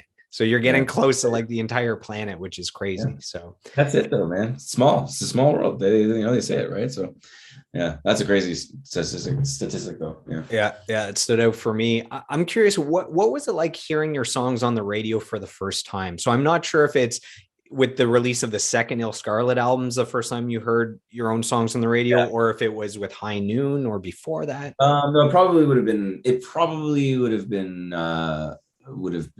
Il Scarlet. Because I don't remember if anything before that got played. Like I know with Knockouts, we got some like college radio stuff, but never like Can Rock or whatever, right? But yeah, the first tune probably would have been this song called "Take It for Granted," and it actually it starts with a piano, which actually Suave actually wrote the part. It's this like dance hall, like dun, dun, dun, dun, dun, dun, dun, dun, dun, dun, dun. It kind of goes through the song. It starts with that, then the drums kick in, right? So yeah, I don't. It's funny, man. These how did it feel? I don't know. I don't. I'm being very genuine. Like I don't think about it. Like it's funny. I think about it always before. Like I'm always like, again, these like grandiose things, and where I'm like, oh my god, like I just want my song on the radio. Like I remember being in the Knockouts in my band, being like, I just want radio play. Like our songs need to go on the radio. Songs need to go on the radio. And then you end up in a band like Il Scarlet who has radio play, and then all of a sudden your song's on the radio, and you're at the Edge doing the promo concert. And then I don't know. And then it just feels normal. And then you're just like, oh yeah, okay, cool. What's the next thing now? What's the next song that's going to be on the radio? Or what do I have to do next? And it seems like it's more about the anticipation than the actual result. 100%. And that's the dangerous thing, right? Because the anticipation can make you feel like, a superhero. And then a lot of the time it's a slight letdown, like where you kind of go like, oh, this doesn't feel like what I thought it was going to feel like, so you just kind of stop thinking about it, and that's my perception anyway. I don't know if like, I don't picture everyone else getting giddy when the song goes on the radio, but maybe they do. I have no concept of that. Yeah. So it's really hard for bands to have a unique sound. It seems like, with all the bands out there since the beginning of time, that maybe everything's already been done. But with the Arkells, like I can't think of another Canadian band that sounds like the Arkells. Even globally, I can't really, I don't really hear that many other artists in the Arkells, like maybe some Springsteen you mentioned earlier, maybe some of the piano guys, because you're there, like Billy Joel or Elton John. But how important is it to the Arkells to have that unique sound? And do you know of some of the influences that actually have influenced the band? I can't hear that much in there, which is good. it is definitely like a smorgasbord of influences, right? Or maybe But there's so many influences that you can't probably, yeah, tell. right? Yeah. Yeah, 100%. I mean, we definitely always like pulling from artists, that we like, or or maybe that, maybe even necessarily that we don't like, but going like, hey, that band did something really cool, or that artist did something really cool. A lot of it does come from Max, I think, where he, when you talk about being forward thinking, he is very much that, and he doesn't ever really want to repeat himself. So like if he does a record that, like, at the time maybe he's really influenced by Springsteen, the next record he'll be like, I'm not doing that. Like, I'm going to be influenced by Dua Lipa. I don't fucking know, what I mean, or whatever it is, like. And so he's very much that guy, and I lean on him a lot with that stuff, like where, when we're coming up with, say, the parts or whatever, I'm always like, dude, just give me 10 references, because we're very good at being chameleons, where like, for example, like I can take a song. Okay, there's a song called Strong on our newest record, and it's a piano ballad, and it went through so many different, like, like Max had his part, and he was like, and actually I think he sang it once, and then the piano part under it changed, like, I shit you not, like 7 times before we finally landed on something. And even then, it's always hard to revert. Sorry, it's always hard to change what you, from where you came. Like, so if we have a song that has a particular piano part, it's hard to then go, well, here's another one that I kind of think is better. And then to go, yeah, but the other one, I was listening to it for like 6 weeks, and so how do you change your frame of mind? 7 different takes. And so the last one, I was like, you know what? Like, what are we doing? Like, we're trying all these different things where maybe we're trying to Ben Folds thing. Okay, it's cool. I'm losing interest after the first chorus. Okay. And then we try a very indie rock one where it was like this, quarter notes, like, let's just be droney about it. Okay, still losing interest. I'm like, okay, who does the big piano ballads? Adele. Adele does the big piano, like, she does all big piano ballads. I'm like, what does she do? Because like, her songs are interesting and she has these like huge vocal melodies, but there's this undercurrent of a piano part, particularly with her, where it just keeps you in it. It's like a drone, and then you're focusing on the vocal. So I'm like, I'm just gonna fucking copy an Adele song. And I don't remember which one it was. It was maybe like, what's the one that somebody like you? Is that a song of hers? Yeah. And I literally was just like, okay, it's a 16th note pattern, or eighth, I can't remember how fast the BPM was when we were recording to, but a quick, and I just was like, okay, I can't copy the exact same notes because the key is different, the chords are different, but I can copy the rhythm, so then you just kind of fashion this thing, and it worked out. And it was a little bit of a battle. We sat on it for probably 4 or 5 months before we were like, no, yeah, this is the one. And so just talking about that sound is like, it does come from a lot of borrowing. I don't think there's like a very, I don't know. I don't have like I don't think like, I always wondered that too, like with a guy like Billy Joel, like, does he have a sound, or does he just kind of take from all these, like different languages of music and go, here's my sound, and that's very much where we come from, where Max he listens to so much music. It's crazy. Like, dude, I listened to like Smash by The Offspring yesterday. You know what I mean? I like so good. But do you know what I mean? Like, I like 3 records, like that I can put on front to back. And even when I find a new record, I'm like, I'll listen to it on repeat for like and then I'll be like, I'm done with this, But he's like constantly investigating new stuff. And sometimes it's hard to keep up with, because I'm like, dude, I don't know. I can't process all this. I don't know how you're processing it, but he does. And so it does allow us to kind of, like I said, be chameleons a little bit, where we can kind of, take from everybody and make it different enough that it kind of becomes our own, And I think a lot of artists kind of do that, which is great. I kind of stole the last question. So there's a fan question. I kind of asked the first half of it. So this is from Daryl Surgener from Ottawa, Ontario. He wants to know, who would you say are the band's biggest musical influences? So that's kind of what we talked about. But then the second part, and what is the music that is influencing the band now? So is there any, like, currently anything that you guys are enjoying and might be influencing the music a bit? Dua Lipa, like Yeah. everyone else. Well, yeah. Undeniable, that album's so good. Hey man, it's an amazing record. It's hard. It's kind of a weird. Every time that COVID made things weird, right? Because normally we would get really influenced by something, we'd write a record and then we'd tour it, right? So right now we're kind of in this kind of like we should be touring the records. And when you're kind of doing that, you're slowly picking up on things, and then you kind of go, "Oh yeah, actually, I was really influenced by that." It's kind of hard to. I don't know. I know for me, I got really into this band Turnstile. They released a record called. It's like heavy, but a lot of fun, right? It's like Nirvana having a good time. Absolutely, absolutely. It is the coolest record. You kind of have to be able to stomach the aggression, but I personally like that sort of stuff. It gets the blood going, for me. But I wore that record out, man. Like, I was listening to it maybe 3 or 4 times a day. Like it's fucking wacky, but like it's such a great record, and they use like synthesizers in a really cool way, and they have such a cool it's just so much energy. So yeah, I mean, okay, so we did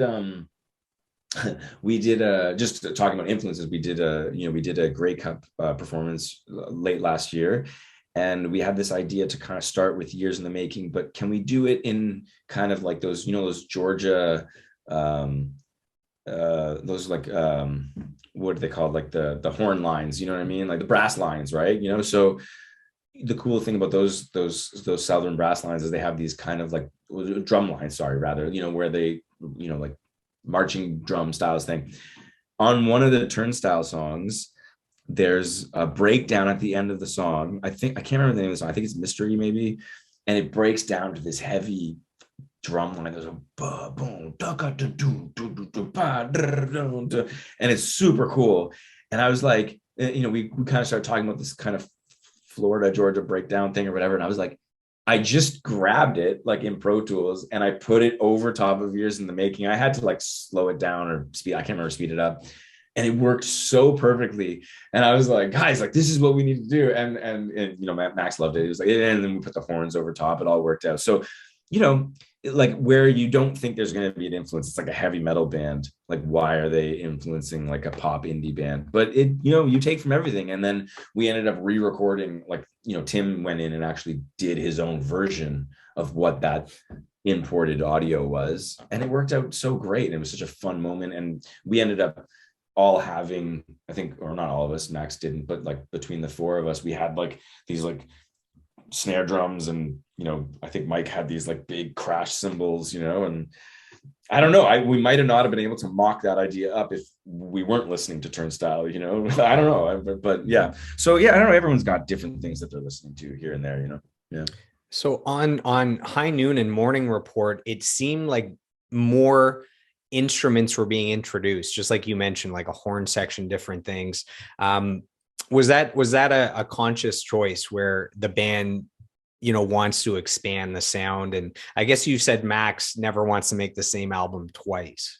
Yeah, exactly. Yeah. So a lot of that does come from like, hey, like I remember with, it's funny because like, if you listen to Michigan Left, as we said, like there are strings throughout the record. Like Whistleblower has a string arrangement that leads into the song. I think there's strings in the bridge too or something, and Michigan Left has strings in the bridge of the song. And so it's not like totally out of the vocabulary of the band. But I know with High Noon, Max was like, yo, we need like this, I never thought it was the first one that he was like, can you do a string arrangement and just make it like grandiose, and like actually instead of like a synthesizer doing it, let's get a real string section, like write a thing for a real string section. And then there was some stuff like, can we do some brass stuff, so I like just going to school, like literally, like, I had like a contact book full of like horn players, some of who are still playing with us, right, and in the band live, right? So yeah, I don't know if it was I don't know how much of a conscious decision it was, other than just, can we do it, and then if it works out, it works out. Yeah. So then after High Noon, you have Morning Report that comes out.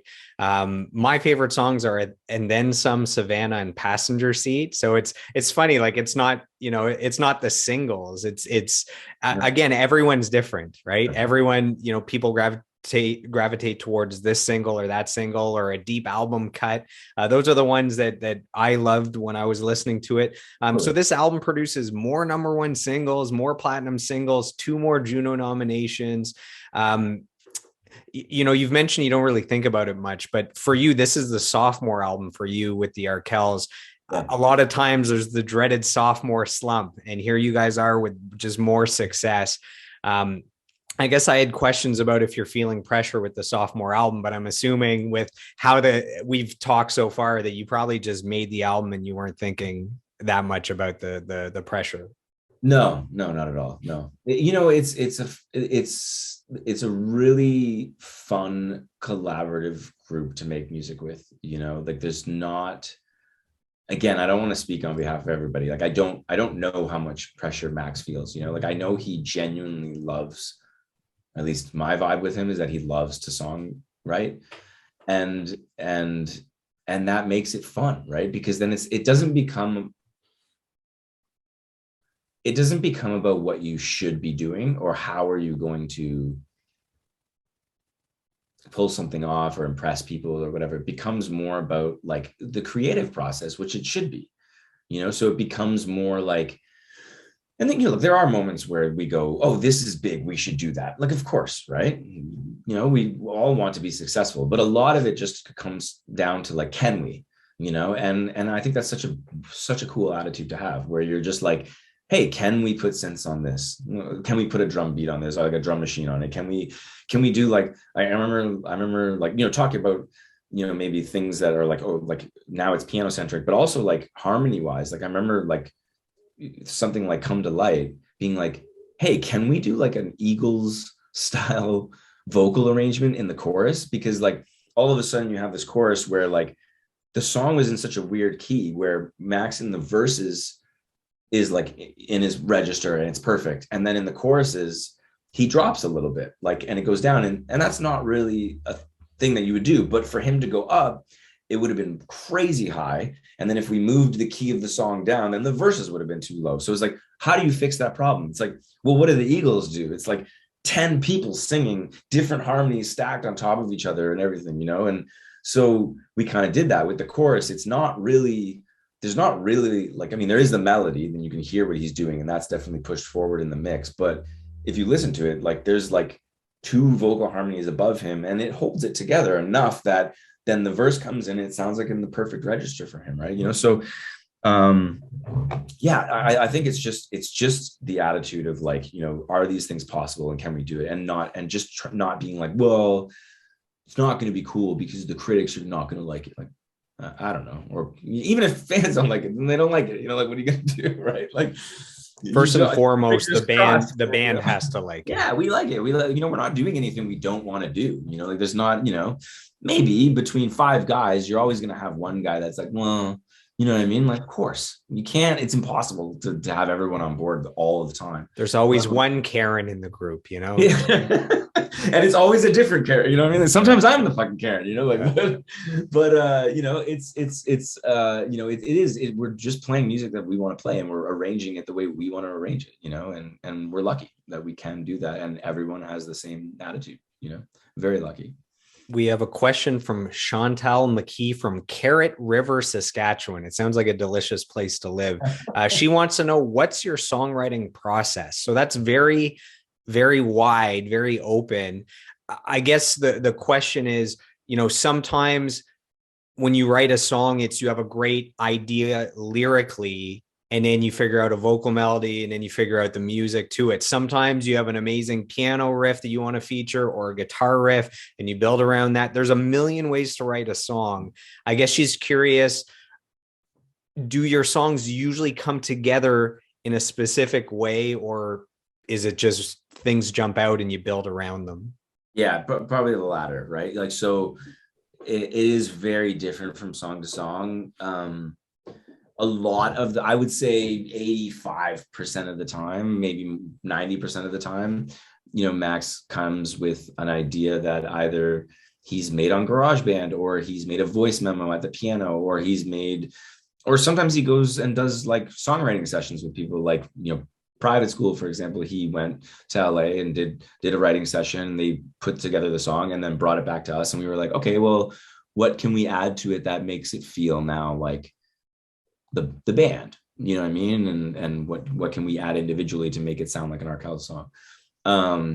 But it's very different from song to song. You know, like sometimes, you know, like I write, you know, like 30-second demos of just a drum loop and a keyboard part. And I sent it to Max. I'm like, hey, just like, I literally, like, I think we have like a Dropbox folder, and Tim as well, like where he just sits there and plays a drum beat. Actually, Knocking at the Door started because, or Max wrote around a drum part. Like the drum part in that song, like the fast snare roll thing was just a drum loop that Tim threw in a Dropbox. And the Max was like, oh, that's kind of interesting. And then put together the song around it, you know? And then some, so sometimes they're fully done. Sometimes they're just bits and pieces. It really just, there's not really like a, and I think that's what kind of, you know, to Max's credit is that he's always searching for a new way to do something, you know? So whether it's even writing with people that give him vocal melody ideas or whatever, you know what I mean? Like it's a very open-ended process. We have a question from my hometown of Russell, Ontario. So this is from Rob Zorowski. He asks, with many talented musicians in the group, how do you balance creating an interesting and melodic song that fans will want to listen to versus making a song that is too busy and messy? You know, when you're talented, you can do things that are super complicated, but most people it'll go over their heads. So how do you find that balance between the simple and I don't know. I don't it's a good question. It is a good question because, you know, there are, you know, moments where you are showing off a little bit, you know, and I actually, you know, I think I am guilty of this a lot, you know, where I try to really be very much like, no, I want to do this because I want to play this live because it's going to be so fun to play live. Like, you know, and so sometimes I have a hard time disconnecting myself from that, where I'm like, am I doing this for the greater good of the, I remember there's a song on the new record called One Thing That I Know. And it's a very like intricate piano part that actually is like 3 or 4 layers of a piano part. So it takes up a lot of real estate, you know, and I think a lot of it was just like, well, either I can just pad and be boring pad guy, and maybe that will work for the song, or I can kind of just like this dude's talking about where, you know, like show you off. You didn't leave any room for any of the other members to add. You know what I mean? Like, you know, but to do that, everyone finds their way, right? You know what I mean? Like Mike's got amazing stuff in that song that's like very like, you know, George Harrison-esque. You know, and you know, and Nick too, like, you know, these like lines that come in. So I don't know. Yeah, we don't step too much on each other's toes. I think sometimes it feels that way because, you know, when you're given something at the top and then all you're hearing is one thing, you're like, well, where do I fit in? I don't know if I know what to do. Or even sometimes on the keyboard, I'm like, I don't know what to do. But, you know, you work at it, right? And you find your way. As far as like everyone being great. I mean, you know, what's great is that no one is really like, you know, we can shred and kind of fake our way through shredding, but no one's really like, and this is going back to like, we're talking about like, you know, there are people that can run circles around me, you know, like I can't solo very well, you know what I mean? Like I can't like, first of all, can't is a very negative thing to talk about, but like, I don't work at that, right? Like I don't sit there and practice soloing, you know, like, cause I think soloing is very cheesy. Like I grew up, dude, my first band I listened to was Kiss. And, you know, you think those solos, you're watching them shred on stage, but dude, like he's probably played that night after night after night. Like they're not going out there being like, I'm going to be Herbie Hancock. And in Herbie Hancock's and Chick Corea's world, like they're amazing. And they, like their vocabulary is great. I don't have that vocabulary. I never worked on it. So I can't go to then on our Arkells gig and be like, here's my Herbie Hancock solo that I'm going to change night after night. We've done this solo bit. I was talking about the vaccine thing. Dude, I've been playing the same solo in different, you know, like I'll change it up enough that for me it feels fresh. But like I've been doing the same solo for like 9 years. Like it's the same solo, you know, like same note patterns, and it works. I mean, you know, like it keeps people on their toes and no one is, I mean, a few people have called me out and been like, when are you gonna change the solo? I'm like, I don't know, but I don't really care to change it, but yeah, so it doesn't, it makes songwriting, recording or whatever, like we're not able to kind of shit all over the song, like it always will kind of find its way, into kind of a concise, framework or whatever, yeah. So we're on to the 3 newest albums now. So we have Rally Cry 2018, Campfire Chords 2020, and Blink Once in 2021. So starting with Rally Cry, to me, it sounds like the albums start having a bigger sound to them, that things feel bigger, the production is bigger, the backup vocals sound like an audience singing back to you. It feels like the album was written with live performances in arenas and stadiums in mind. Like, hey, these would be great songs to play live with a big audience, interacting with us. Was that all a conscious choice going into Rally Cry and Blink Once? To me, have this a bigger sound than the previous albums. Yeah, again, not really thought out in that way, but I think it became like a natural progression where like there are things we do live that just work so well, and things we ended up realizing, like in terms of like, like when you think about a song like Leather Jacket, it took a few months to kind of catch up while we were playing it, but we started kind of going like after month eight playing it or something like that, we're like, people are like really loud singing this back to us, more so than other songs that we've had. And so it's like, holy shit, that's kind of crazy. And then, so, I think Max just internalizes that and then goes, how can we, I mean, he's always been very much like on board with like, crowds singing along to stuff, and I think definitely the first few records are very evident of that, but like very much big on like the Taylor Swift thing where you're going to sing the entire chorus back at me. Right. So I think just experiencing it with bigger crowds just ended up translating. Like we didn't think to go like, oh, let's write an arena song. You know what I mean? Like Hand Me Downs, for example, which has like huge vocals on it, right? The O's and the chorus stuff was actually just inspired by seeing like Frank Turner, who plays big venues, but we on the tours that we were doing with him, we were doing like House of Blues in the States. So they're punk venues, so to speak. And he's getting like just these angsty kids screaming stuff back at him. And Max is like, I want to do a song like that. And, does a song like that. But turns out that we're having to play arenas now. And so you're getting the big arenas singing it back at you, so natural progression, nothing that we really thought through, but definitely was maybe in the back of our minds, like getting into it. I'm going to make a bold statement. So let me know if this makes any sense or if this is completely erroneous. If instead of music, if I was a painter, if I was painting with your first 2 albums, to me, the first 2 albums sonically are from like the same paintbrush or the same range of colors.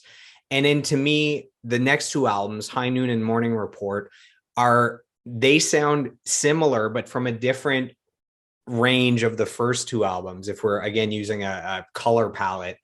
And then the 2 newest, Rally Cry and Blink Once, they sound different than those other 4 albums, but they sound more similar sonically as well. Does that statement make any sense at all? It seems like they're in chunks of 2 where sonically they're more similar. Yeah, that was very hard to explain, as you probably experienced. No, I feel you. No, I don't. It's tough because I'd have to go back and maybe listen to everything. But I think you probably bring up a good point, and I think a lot of that has to do with like just growth, right? You know what I mean? Like you're different. Like we're 12 years isn't a long time, or 11 years isn't a long time, but like you change so much in 11 years, like so much has changed in the last 5, so like I'm sure plays out like that on recording, where like we're those people for those couple of records, and then things maybe drastically change, and then we're different people, and even when you break down lyrically, when you think about like something like Rally Cry, where like we were living through, before that was written, we were living through like the election of Trump and all the the noise like surrounding that, and everyone yelling at each other online, and then this one dude screaming at everybody, through his Twitter account.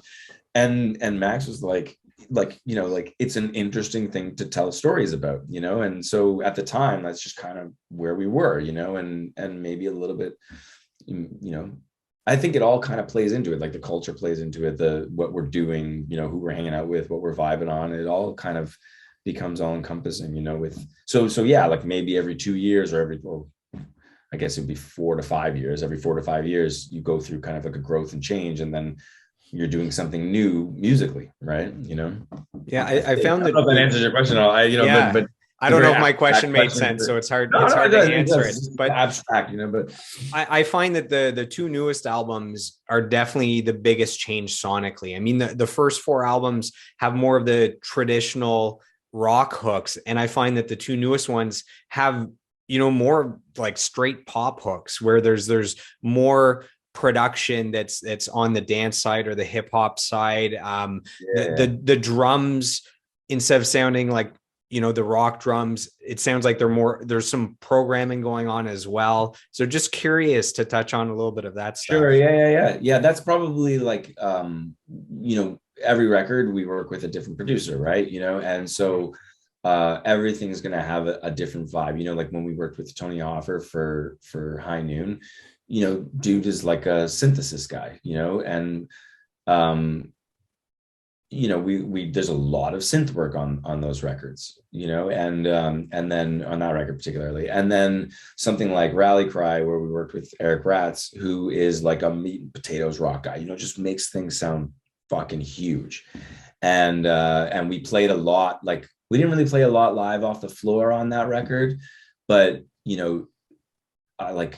we played together, and then everyone would we'd strip everything back, and then Tim would go back and record by himself, or whatever. With the newest record, so Blink Once is, and we have another one coming out now, Blink Twice, and it produced by the same couple of guys. There's Derek Hoffman in Toronto, did a bunch of songs, and these guys fast friends in LA, Tom and Ryan. And when you think about like the pop stuff, it's like maybe we're working with a little more like pop producers who have just those tastes and flares, and just something that we haven't done before, where we've normally worked with like the rock guys, but again, High Noon with maybe a more synth-centric guy. It's like just again doing that thing where it's like you don't want to sound the same, so it's like, oh, let's work with a producer that might do something different with the drums.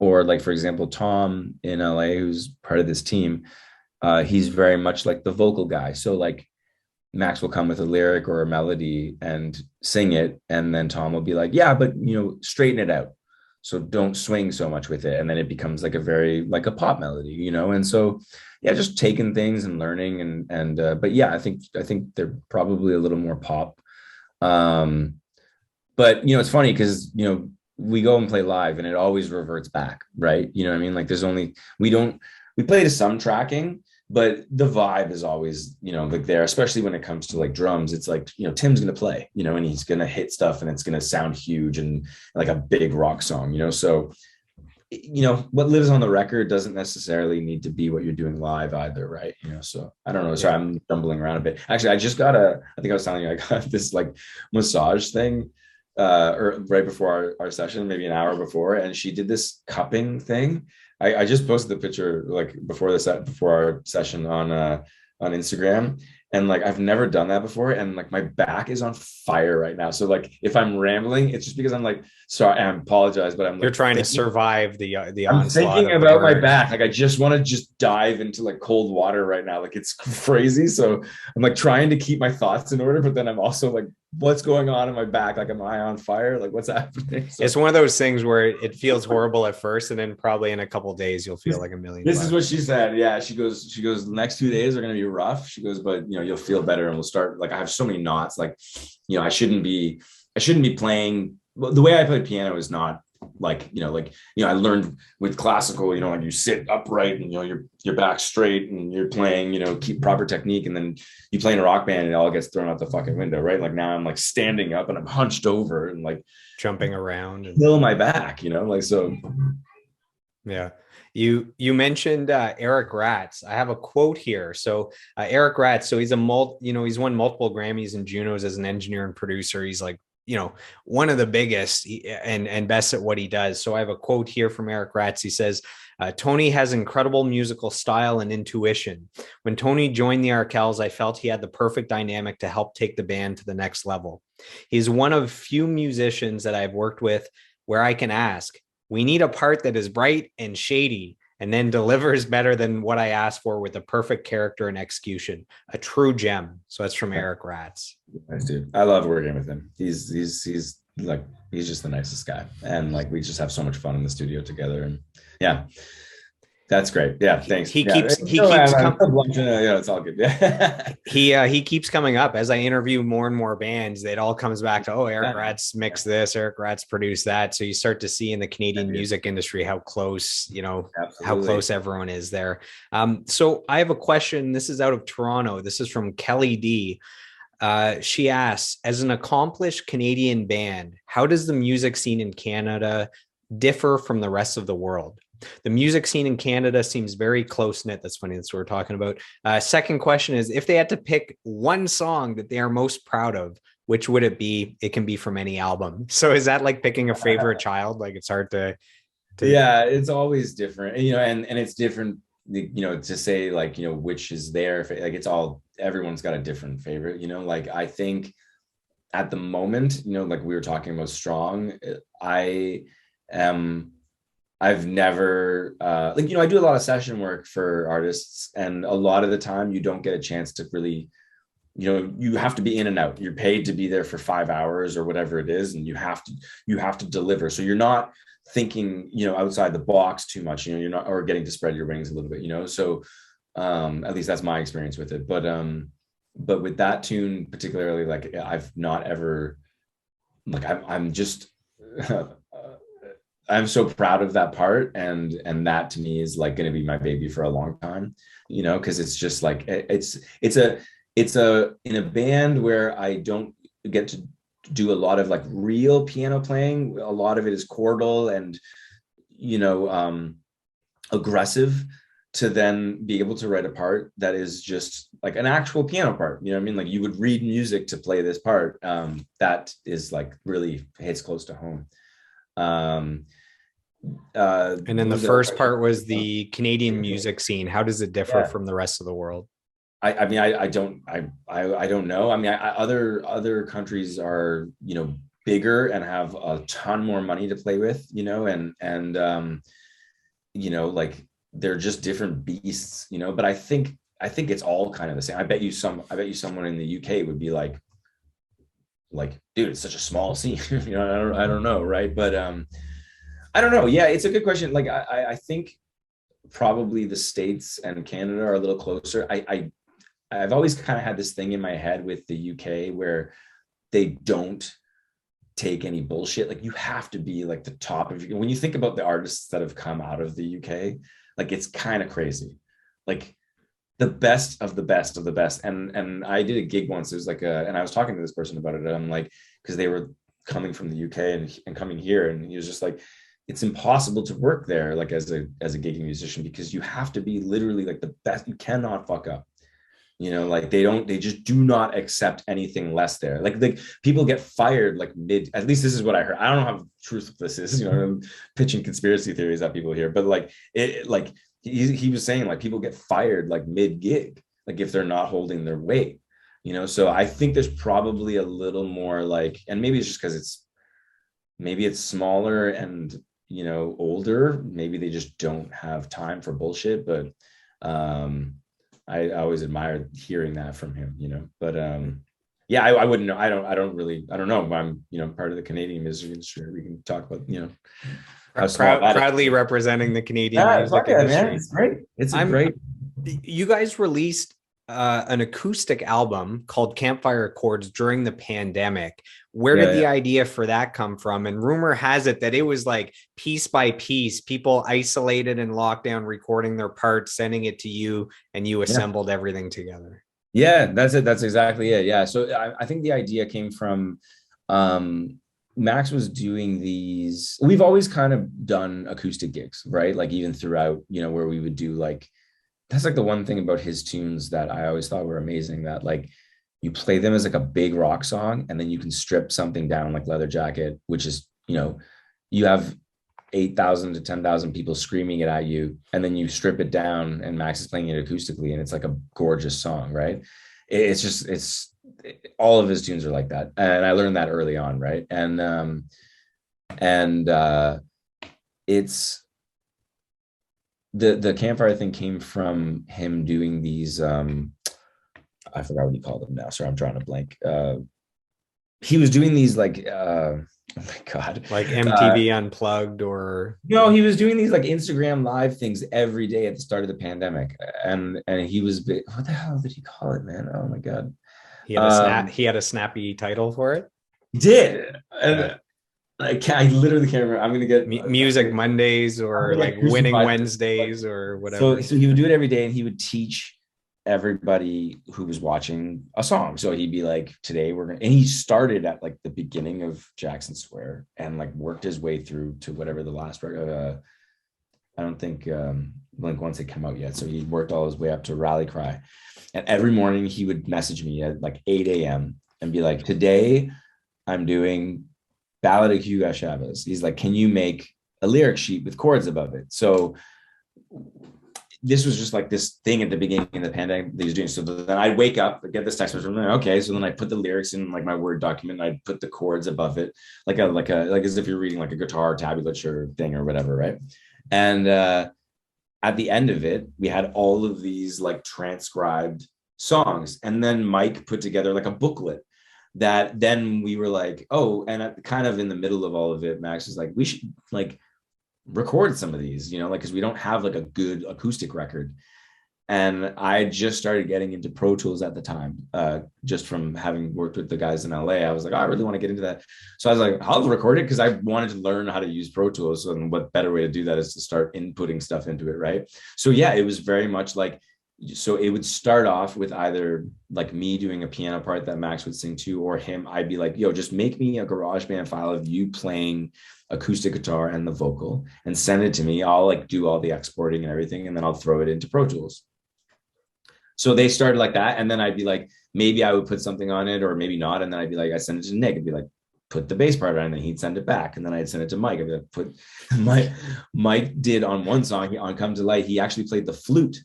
Like he was like, I don't want to do guitar on this. Like, I want to do the flute. And I was like, well, dude, I don't give a fuck. Do whatever you want. You know what I mean? So then he sends back flute, and I'm like, great. And I put the flute in there. Like, and then with Tim, it was a little more difficult, because it's like always with drums, it's you need a space, and so we rented our friend Aaron Goldstein's studio that was in Kensington for a bit, and just did like a whole day of drum tracking, and then again halfway through it, Max is like, I got like a song, like an acoustic song, and I was Quitting You.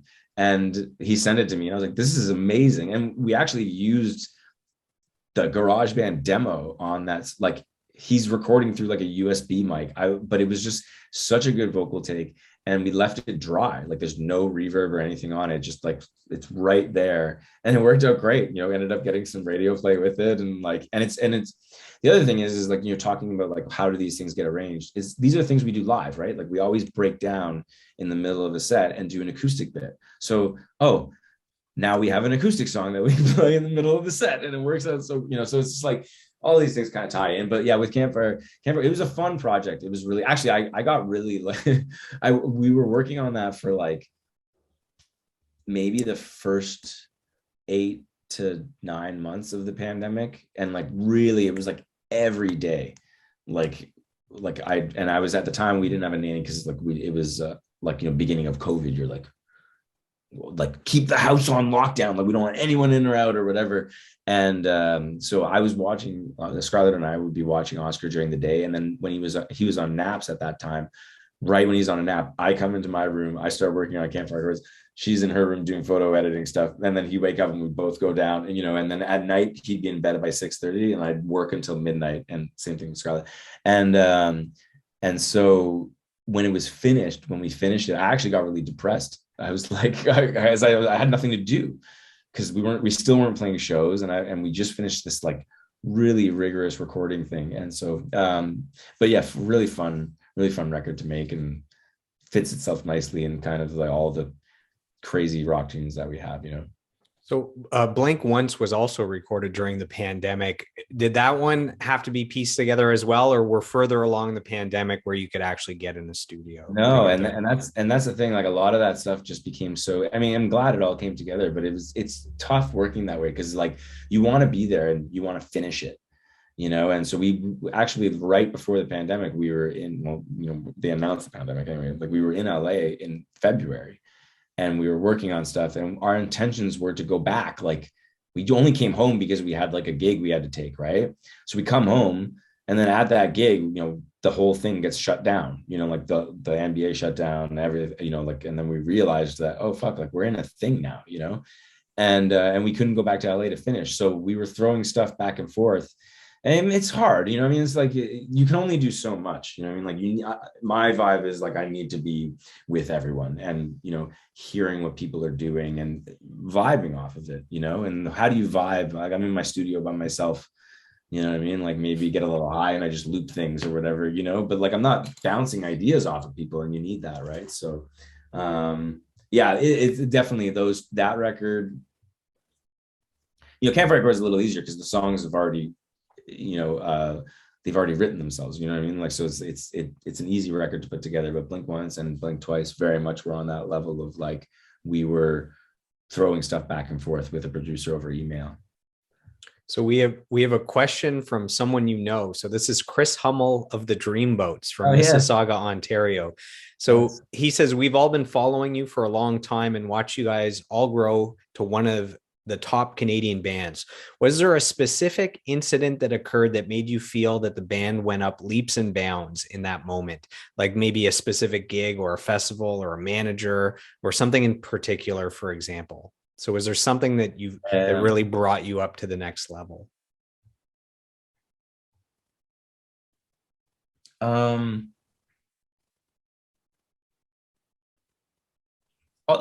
many different moments, right?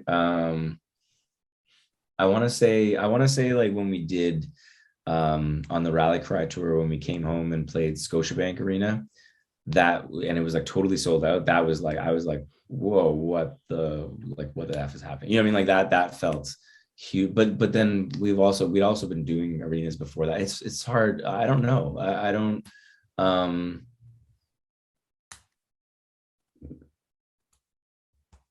slowly hearing people singing louder, maybe, like when we were talking about like Leather Jacket, like hearing people sing stuff back. That was kind of the first moment that it was like, oh, it's getting loud now. And people are really invested in this show, and then just building off of that. The Rally was another big one that at Tim Hortons Field, like that was a whirlwind of a show. And, I don't know. I'm always waiting for what's the expression? The shoe to drop. Yeah. So I don't ever go like you're cautiously optimistic. I know. Yeah. It's brutal. It's a brutal way to live, to be honest. No, but it's, so I'm always like, oh, this is really crazy. And then immediately my brain goes to like, oh, but is the next one going to be like that? So there's not really, it's always like it's like a ladder, or a step ladder, like, up and down, but yeah, that's great. Yeah. They're in Palm Springs right now, or LA, the Dreamboats. Yeah, they're there for as long as their visas hold up. So I think for the next year or so. And speaking of like old band members, so Justin, who Mr. Zoltek, yeah, he's with them now, and it's great. It's so great to see, again, people that you kind of were just with for such long times and doing music. Like I feel like I have a lot of friends that are still doing music, and it's really awesome to see, So I have a very open-ended question from a fan. This is from Joshua Watson from Exeter, Ontario. What inspires you? Yeah. Just generally, you're like, That's all I got. 3 words. What yeah, inspires totally. you? What inspires you? I don't I have different muses, I guess.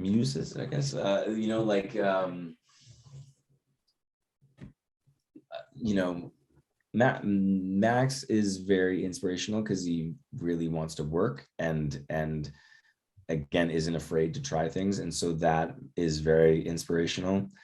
Um, my wife Scarlett is such probably one of the hardest working people I know. I don't really know a lot of musicians are like they work hard, but we're also very lazy, right? You know what I mean? And she's on a different level where like it is the work ethic is crazy.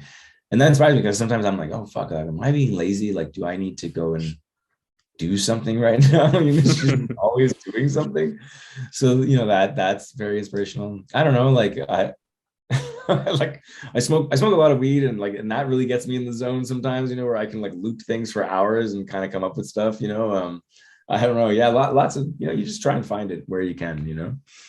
Let's move on to talking about the upcoming tour. So the Blink Once tour, after a 2-year lockdown, Yeah. no live shows. How excited are you for this upcoming tour? It looks like it's all these dates, North America. It looks like there's the UK in there as well. Yeah. These are big shows, man. These are arenas. These are stadiums. Yeah. These are headlining festivals. How excited are you? I'm so excited, but also talk about but I'm also cautiously I'm treading water here because here's the thing. For the past 2 years, we've been told that certain things, and it's no one's fault. Like it's no one's fault, but like it's like, hey, you're gonna get to do this show, and it's gonna be awesome. And it's great, cool. And then I get excited, and then another fucking lockdown happens, and you're like, okay, so that's getting canceled. So you know what? I'm just like, I'm letting go of the driver's. I'm letting go of the wheel a little bit, and just gonna let it kind of take its course, because.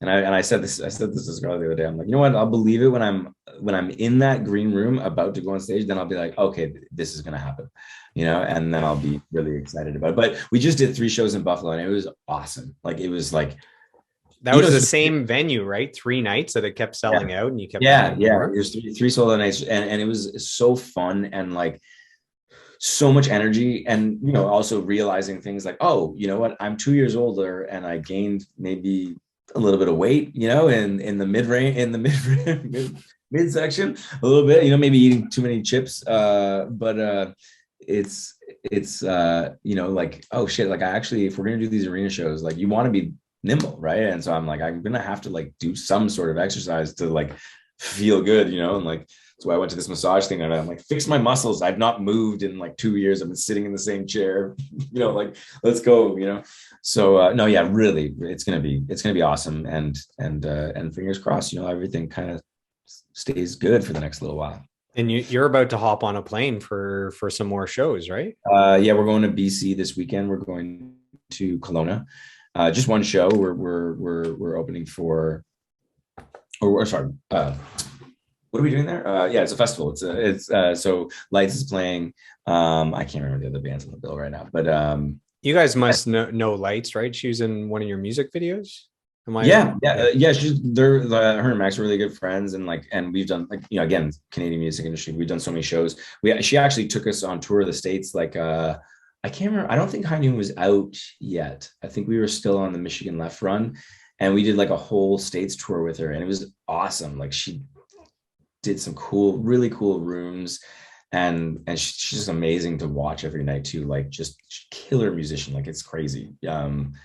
And especially being a keyboard player, like it's like she does guitar and vocals and everything too, obviously, but she's an amazing keyboardist. So getting to watch, a front person do that every night is amazing, Yeah. So back to that scene fest in St. Catharines where there was Ill Scarlet and the Arkells before they were big. Lights was performing as well. Like it was all these, unknown artists, which is crazy. I saw her once she was big as well. And I wasn't I, I wasn't a huge fan of the recorded stuff, like the singles. I wasn't a huge fan, but she was on a bill with some other bands like Mariana's Trench and whoever. And I was blown away with her live show. I became a fan and then started, listening to the recorded stuff after that because I got it finally, Totally. So she's super talented. So we have a question from Natasha White.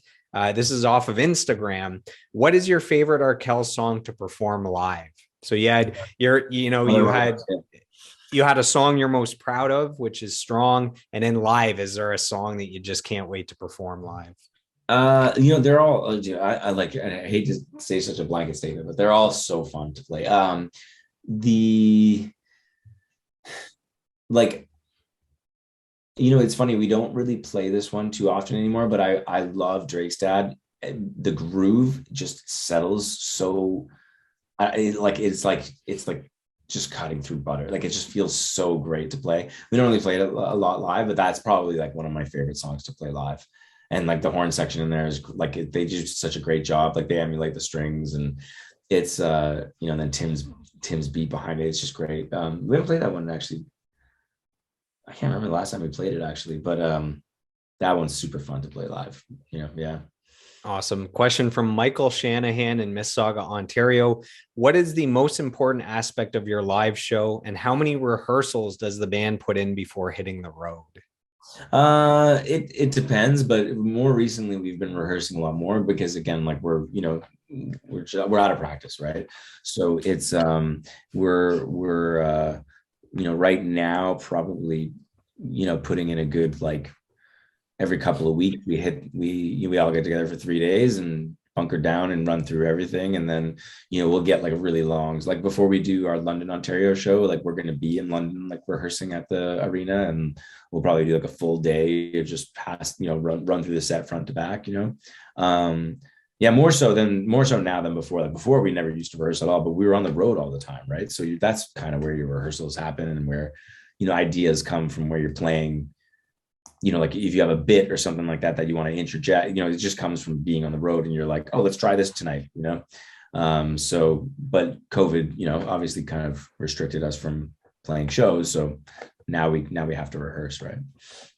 So from Dustin Cowan in Guelph, Ontario, what was your favorite intimate setting show that you've ever played, and why? So you're getting used to these big arenas and stadiums and festivals, but bring it back to the basics here. Favorite intimate setting. Intimate setting. Yeah, where's our intimate setting? Oh, that's a good, like maybe in a market that you're not as big, you're on like a side stage. Sure. I'm not sure. Yeah, I was kind of trying to think, like when I think intimate, I'm like, oh yeah, we did this thing once for Indie 88 that was like Valentine's Day, and Max and I went and like played for that sounds like romantic intimate couples who want. Yeah, that's what I was. Sorry, that's the first thing that came to my head with intimate. That's all good. You could share that one. No, it was great. Yeah, we played for like these like couples who won. I think there was like a couple of people there that were like, well, I just wanted to come. I don't have a spouse or a relationship or anything. So that was kind of fun. The UK has been, I don't know, we haven't been there in a few years, so I don't know what the next set of shows are going to look like, but those shows were always like really fun because they kind of went right back to like, well, maybe with the exception of like London, because you're getting like a lot of expats, and so those shows were always bigger, but we would play like in Manchester for like 200 people or something, and those are like party nights, but like even Buffalo is like 800 people comparatively to like you're playing something like Bud Stage. That's more intimate and a lot of fun, like everyone kind of surrounding the stage. It's a great time, yeah. So in 2018 you guys played at Tim Hortons Field in Hamilton, so that's the hometown for the band. So you guys played to 24,000 people. So there's only one band in Hamilton history that has had a bigger show. So you have the second biggest show of all time in Hamilton, the biggest show of all time, Pink Floyd. Like how insane is that only Pink Floyd has played a bigger show in Hamilton? Yeah, right. Yeah, that's wild, man. Yeah. Hamilton, man, they come out. What can you say? They've got your back. I was wondering which band have you guys performed with that you were the biggest fan of before performing? Oh yeah, that's another one that changes quite a bit. But Who would have been my like like kind of full circle. We did a German tour on the Michigan Left tour with Billy Talent. So they kind of took us to Germany, and they're massive. It's crazy, like 10 to 15 to 20,000 people, and like it's crazy, like just and that's kind of was full circle because like I was like a fan growing up, right? Like like oh my god, um, you know, that's probably the biggest one. There's probably something else that I'm kind of forgetting, but like we like a little bit of nostalgia. Like we opened for the Who for 2 shows, one in Detroit. I don't remember where the other one was. Another state, maybe it was Buffalo. Anyway, it that was crazy. Seeing These Eyes live and American Woman and no, not the Guess Who, like the Who, like the Who. Yeah, Oh like my the God. Who, the Who. That's even bigger than like the Guess Tommy, Who. right? Yeah. So it's see, actually that's funny because I probably would have preferred the Guess Who, right? Because like I know more of those songs. I don't know a lot of like the Who song, but just I remember my history with the Who is totally, and it's crazy. And like my dad was a massive Who fan as well. So like I grew up, like I saw Tommy, the musical, like and that record and everything. And so that was kind of, there's a lot of nostalgia there. So that was kind of an interesting one. Yeah. This is outside of the Arkells, but what's the best concert you've ever seen? Ooh, that's yeah. Who? To give you a second to think, I went to a show where I went because I was a Queens of the Stone Age fan. So it was Death from Above, opening for Queens of the Stone Age, opening for 9 Inch Nails. So a triple bill. And I went for Queens of the Stone Age, and 9 Inch Nails was the best show I'd ever seen. And I became a huge fan after that. At 9 Inch Nails, absolutely the craziest thing I've ever seen. And I've seen it a few times now. Yeah, I would have loved to see. Yeah, it's everything. It's different for very various reasons, right? Like, so Kiss, for example, has like one of the best, like just circusy type live shows. There's so many bits, and like pyro is like literally will tear your head off. It's insane. So that's kind of a big one for me. On a really smaller level, I saw NoFX play at South by Southwest. They played in front of 200 people, and they did this thing called, and I'd only seen them at the Cool House before this. So, like big shows, and they did this thing called Half Effects. So they played for 2 hours, but they played like 200 songs because they were only playing a verse, like an intro and a verse and maybe a chorus, but they'd always cut it off at a certain point, right? And I remember people in the crowd were getting so mad, like yelling at them and throwing things at them. And they're like, Fat Mike comes on the mic and he's like, "Listen, you're never gonna see this ever again. Like, we're playing in front of 200." And I was like, yeah, like, why isn't everyone on board with this? It's fucking hilarious and crazy, And so that was, that's a vibe that, I really loved. We just saw Tame Impala at the Air Canada Center, and I've never seen a better light show ever in the history of bands. Like, it's insane. Like, I knew 3 songs going into it. Like, I like Tame Impala. I don't know enough of their material to. Their last album was super critically acclaimed. Everyone's saying that. I've been meaning to go back and listen to it, but like I can pick out the singles, but I just I wouldn't be able to tell you names of songs or anything like that. And I watched the entire show, and normally you leave like before the encore, or maybe at the encore. You're like, okay, what I mean, like, I've had enough. I watched the whole damn thing, and I didn't know any song. Like, I knew the singles, the 3 singles that they played. The light show was insane. It was like another band member. So yeah, that's probably. I'm picturing with the NoFX show with 200 songs. I'm picturing how small their font is on their set list. Like, you just imagine 200 songs across a set list. You need a magnifying glass just to read it. So we're coming to the end of the fan questions. There's been a lot here. This is from Kyle Jordan in Milton, Ontario. At what point in your career did you realize that you had made it in the music industry? I still, are you still trying to make it? still trying to make it, yeah, I don't know what has made it, I mean, here's the thing, you can pin it with different things, right? Like, like I'm able to make a living now, so maybe that is it, right? But then I'm like, oh, but you know what, we could probably do better in the States, and we could probably do better overseas. So maybe when that happens, I'll be like, I made it, like, yeah, who the fuck knows, man. So we have a question from San Bernardino, California. This is from Mark Maples. Whether on the road, in the studio, or just hanging out, what's the story that always gets told that everyone breaks out in laughter? Is there like a go-to band story that you guys share if you need one in an interview? Oh fuck. It's funny, like it depends on which interview we're at. You know what I mean? Like, are we doing something that needs to be a little more calculated? I can share. I can probably share a story that Tim and I laugh about. So Tim and I like spend probably the most amount of time on the road together. And one time we got really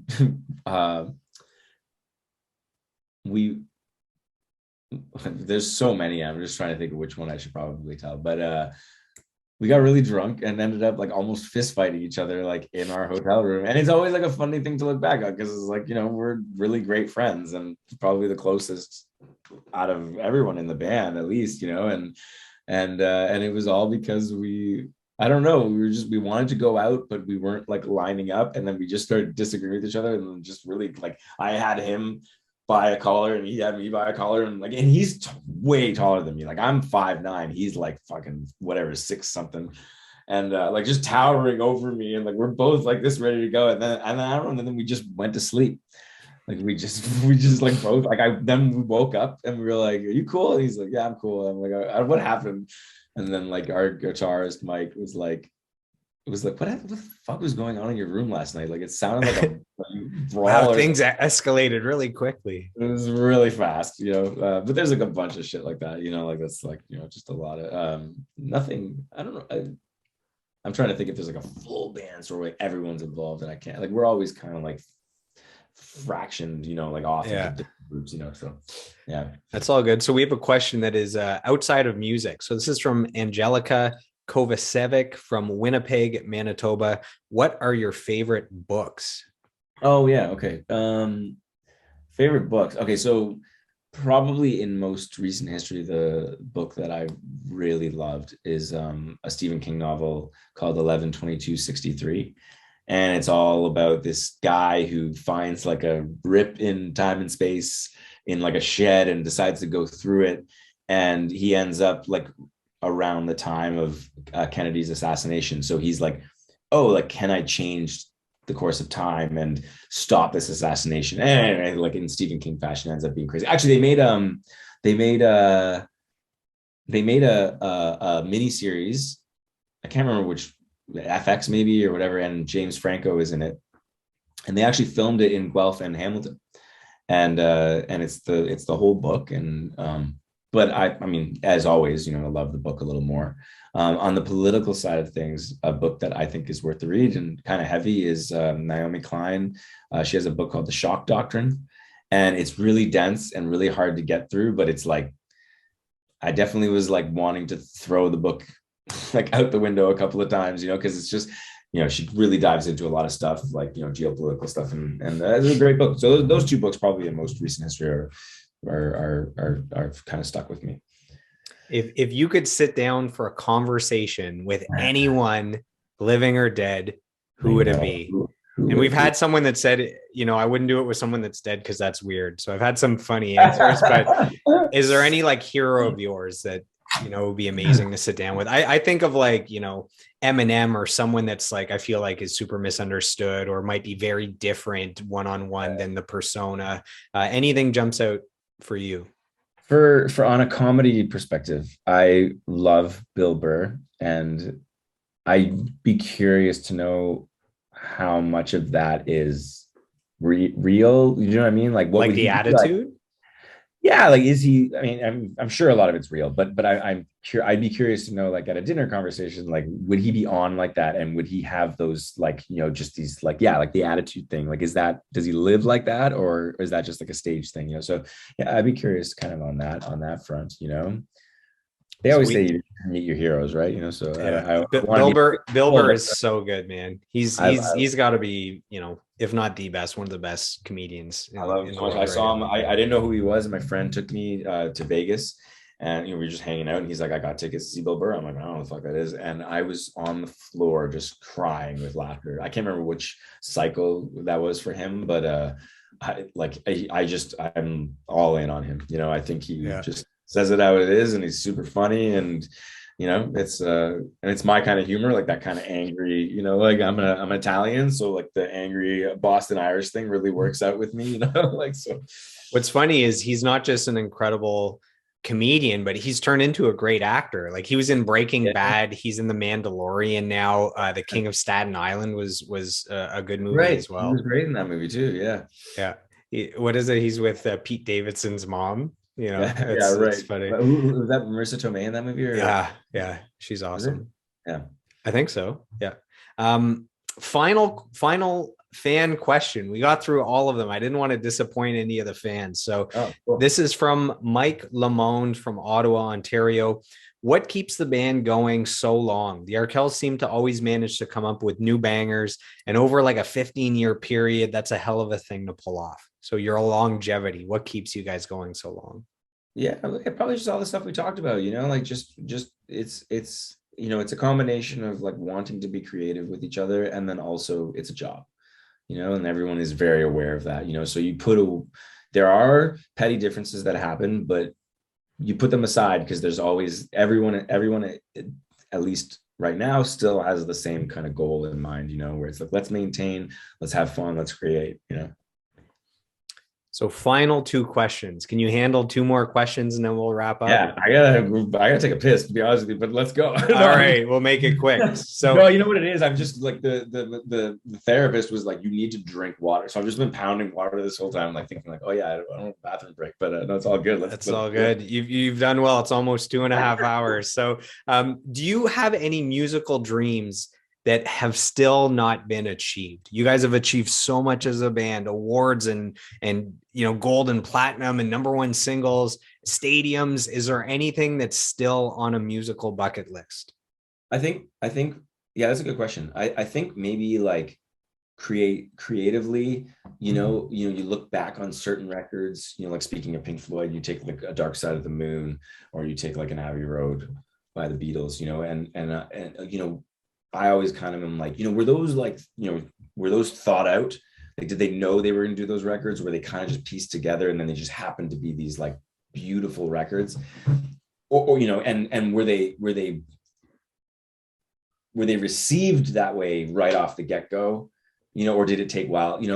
So it's hard to kind of think, but on the creative aspect, I'm like, I just want to make like an Abbey Road, like, can we piece together something like that? But sometimes if you're thinking too much about something like that, it's not going to happen, right? So you kind of just, that's where that kind of like laissez-faire attitude comes in. But yeah, like just to do like a lasting piece of work would be, that's like definitely a bucket list for me. So you have a young son. So this is my final question. If you could go back in time and you could sit down with, let's say, your 10-year-old self, if you could share advice to that 10-year-old cute little Anthony Carone, what advice would you give?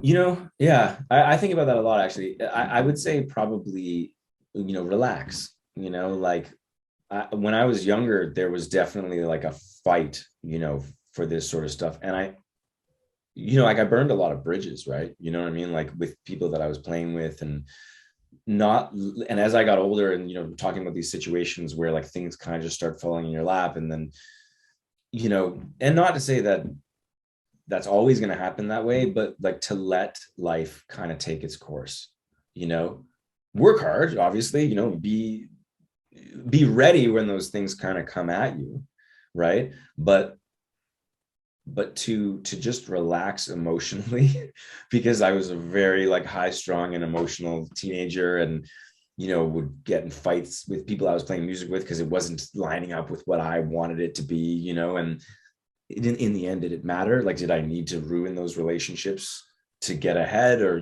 whatever it is, like that, playing that kind of rat race game with them, but so that's probably like one thing that just what's going to happen is going to happen, let it come. And and not to say I'm not to anyone listening, I'm not saying to take a back seat and just like, sit on the couch and wait for things to happen. It doesn't work like that, but emotionally, to kind of separate yourself from it a little bit and try to look at the bigger picture. That's definitely something that maybe my 10-year-old self wouldn't really understand that, but you know what I mean? Like, you'd plant the seed anyways. Plant a seed. Yeah, exactly. So we've covered a ton over the last 2.5 hours. Is there anything that we didn't cover that you'd like to share with Arkells fans or with the listeners? You have an upcoming album still, Blink Twice. Yeah. There's different things going on. Is there anything that we missed that needs to be said? No, I think we covered like so much more than I thought we would cover, actually, to be honest with you. Like I remember when you were saying like it's a 2-hour thing. I'm like, dude, I don't know if I could talk for 2 hours. And then I'm like sitting here being like, oh yeah, I blabble quite a bit actually. But no, yeah, just we're very, very excited to start playing again, and anyone coming out to the shows, like I think you're gonna have a really awesome time. Like if Buffalo is evident of that, and we got a lot of new tricks and up our sleeves, and the with all the new songs integrated, I think people are gonna have a really good time. And I think just whatever happens in the next few months, if things lock down again or whatever it is, not that they're looking that way, but whatever happens, when we're all together, it's going to be such a time. And I think people are going to feel the love in the room and the excitement. And I'm really looking forward to it. I know the guys are looking forward to it, and we're excited to see everybody. So if our listeners want to dig into more of the Arkells stuff, where do they go online? And then if they want to maybe reach out to you, slide into the DMs and say, hey man, I love the interview, or keep up the good work. How do they reach you? Yeah, we try to kind of, connect where we can, and social media has made things so easy for people to kind of, as you said, slide into the DMs with, and so, yeah, as always, Spotify, YouTube, we got a new video for Reckoning Up if you haven't seen it yet, and a new record coming out. I don't even know when it's coming out, to be honest with you. It's almost done. We're almost done mixing, but I don't know if there probably is a release date, and I just don't know it. So, and the Arkells website is the Arkells or arkellsmusic.com. I don't even know. That's all good. Google, use the Googles for the Arkells. Just search Arkells, it'll come up. Or it'll be on our Instagram. I don't know. I don't go to. Does anyone go to web pages anymore? I don't know, man. That's a valid point. Well, Anthony, hey man, thank you so much for sitting down with me. It was good to catch up. I haven't seen you in a long time. You too, when we recorded, that was about a decade ago, surprisingly. So, thanks for sitting down. Thank you for sharing your time. Again, I had the biggest fan response to this episode than any other episode. The fans came out in droves with questions. So I really appreciate it.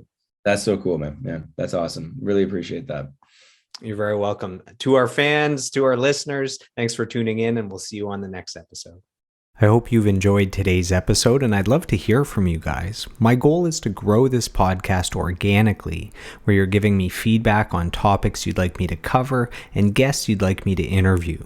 You can reach out to me on Facebook, Instagram, and YouTube at Joel Martin Mastery. Joel is Joel, and on Twitter at Joel Mastery. So I am done. I am complete. I approve this message, and I'll see you on the next episode.